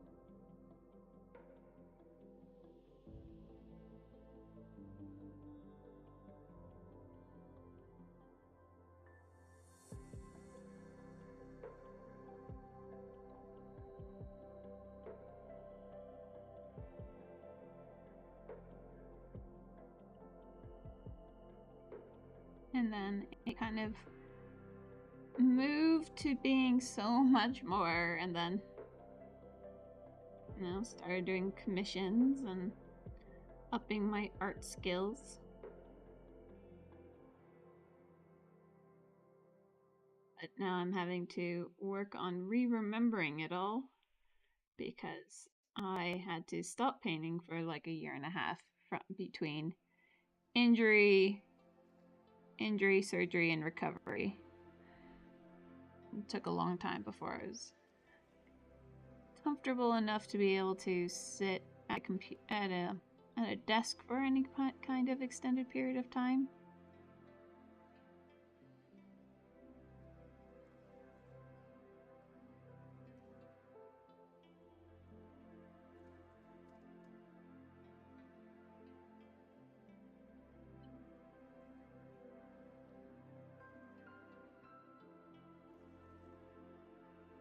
So once again, I'm using a competition to kind of push me to relearn a lot of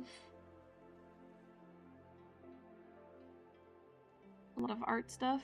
It took a long time before it even stopped just being aggravating for me to watch like videos or even think about miniatures, or it used to just leave a sour taste in my mouth just because I wasn't able to do it, and it was frustrating.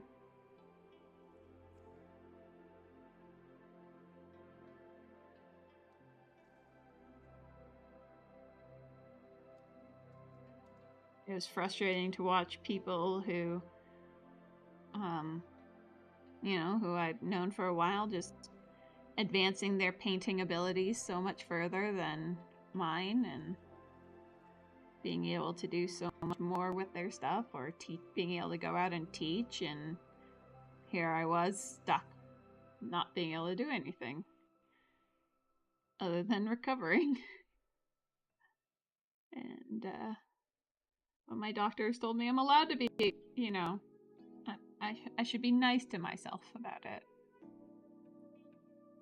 because I am getting better, and now I'm getting back into the painting thing. And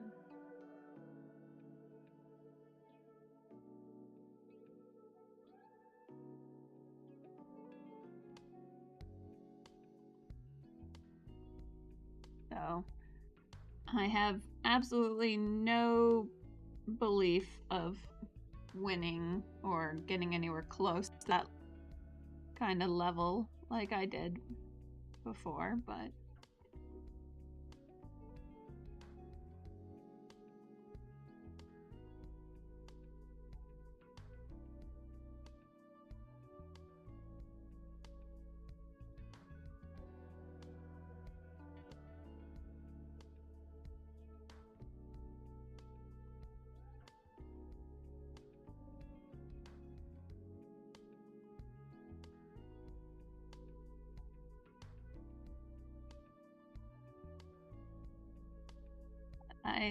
I did do a bunch of other kinds of art projects while I was recovering, and did a lot of digital art, which helped me learn a lot more about volume and shape and using contrast to kind of help with that.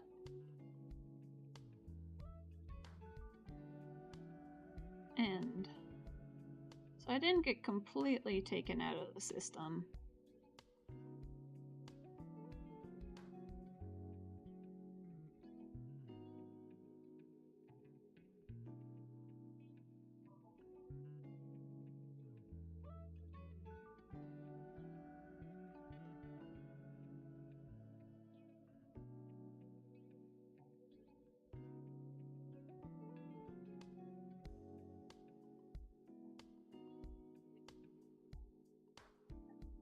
That's what I was just working on, realizing that I'm not in the camera, because that's what I do best. Hi, Athena, love. Oh, your face is just so sweet. We're gonna go over that with... Should not be using such a small brush with this.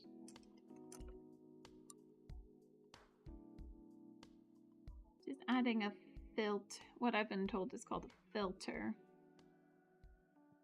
It kind of helps me prevent from desaturating a bit too much as I'm building up the tones, because it's using a lot of whites, and I don't really want to go into terms of yellows. I use this red. That's my favorite red from Reaper. That's called Gory Red. And it just is amazing for adding filters to this specific kind of color scheme. It's really helped like boost it back up again. It does darken it a little bit, but not really that crazy of an amount.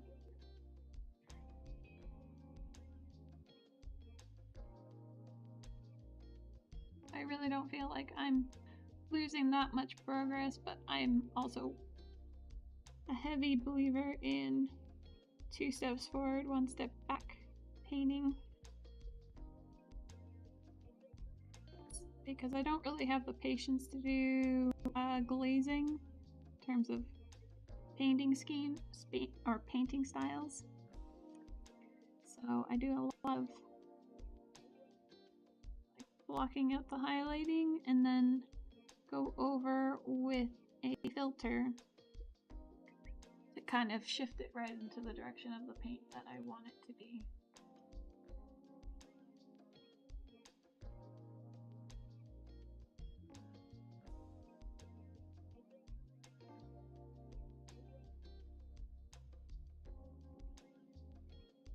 And this is that darker, so just throw a bit of blue in there.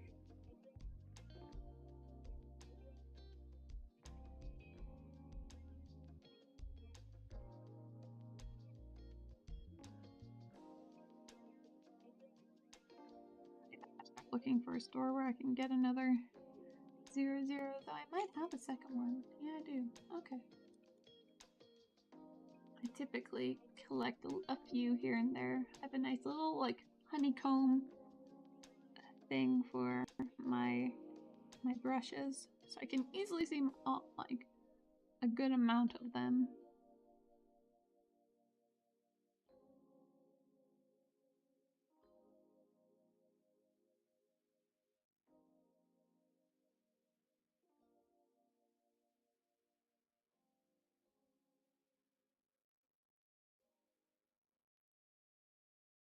Such a beautifully pigmented red. I love the gory red. And any paint that I have a huge attachment to, I typically have a number of them, of their paint bottles, so that if they ever go out of commission, stop making that one specifically, then at least I have a long while before I have to really find anyone to mimic it.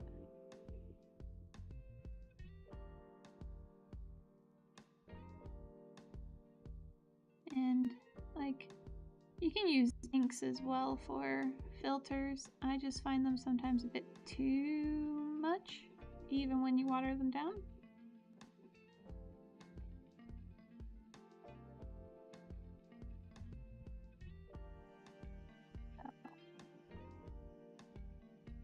That's my go-to best red out there.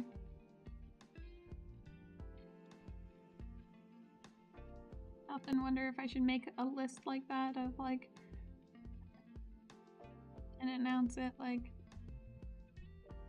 this is like, in my opinion, like the best yellow or the best green or my most used.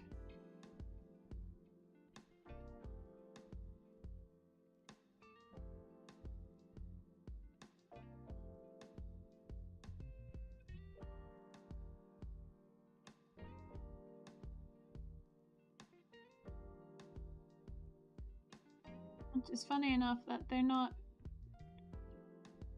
The vast majority of the paints I use is scale 75, but my go-to perfect paints are generally not.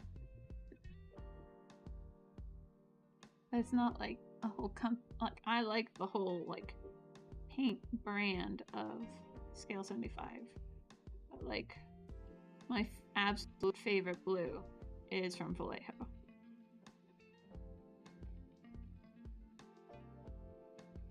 And Reaper MSP is where I get the gory red.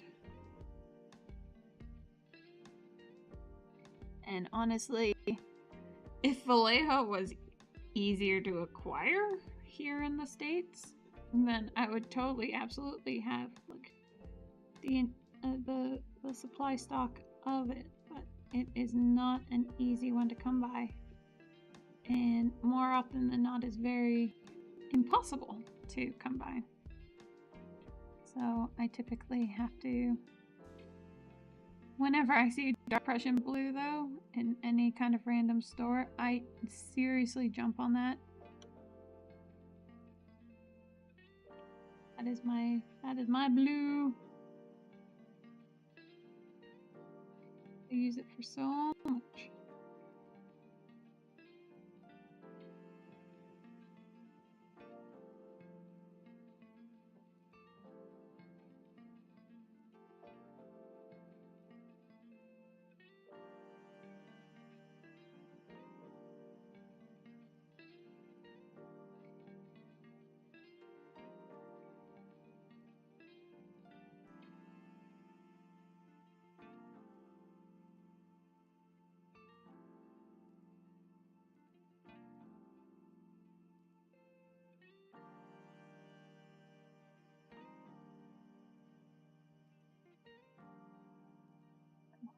that being read a little bit better.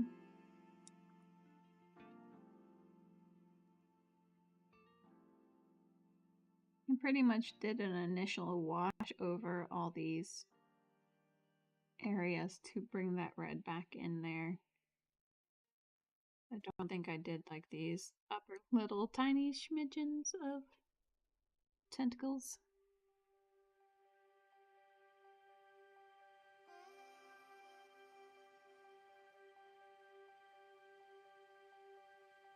Alright, yeah, this is where I remembered that no, I wasn't done all the eyes, so.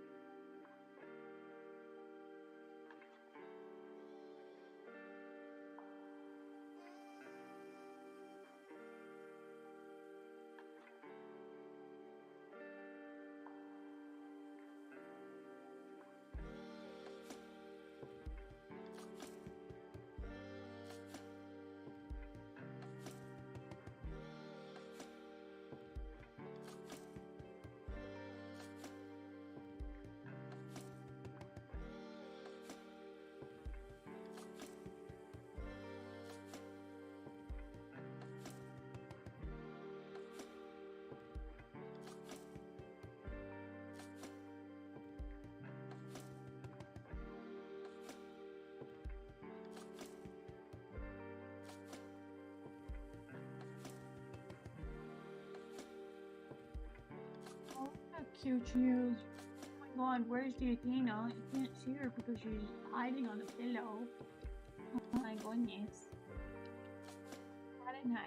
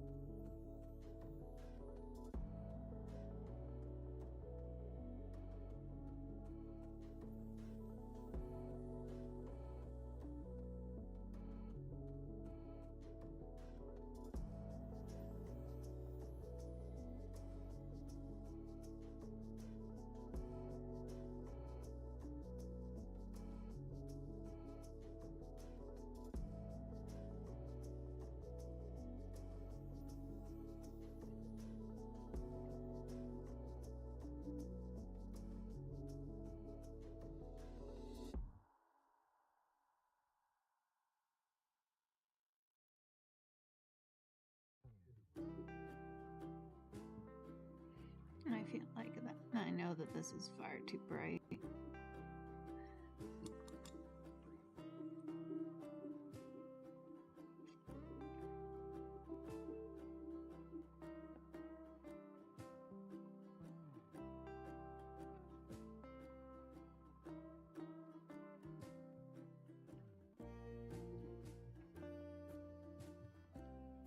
Alright, so I feel like that half of it is doing well.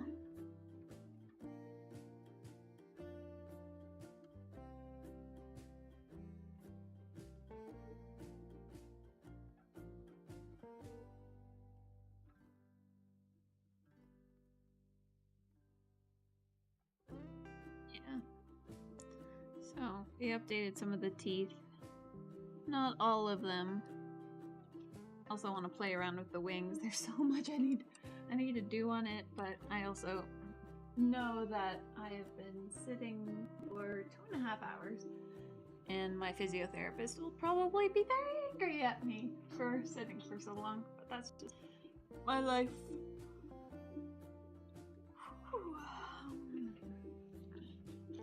Okay, well, I'm going to stop there for now. Get something to eat, because I'm getting hungry. Just getting that air bubble out of my pet pellet. Lovely. Okay, and so yeah, next time I'm hoping to be able to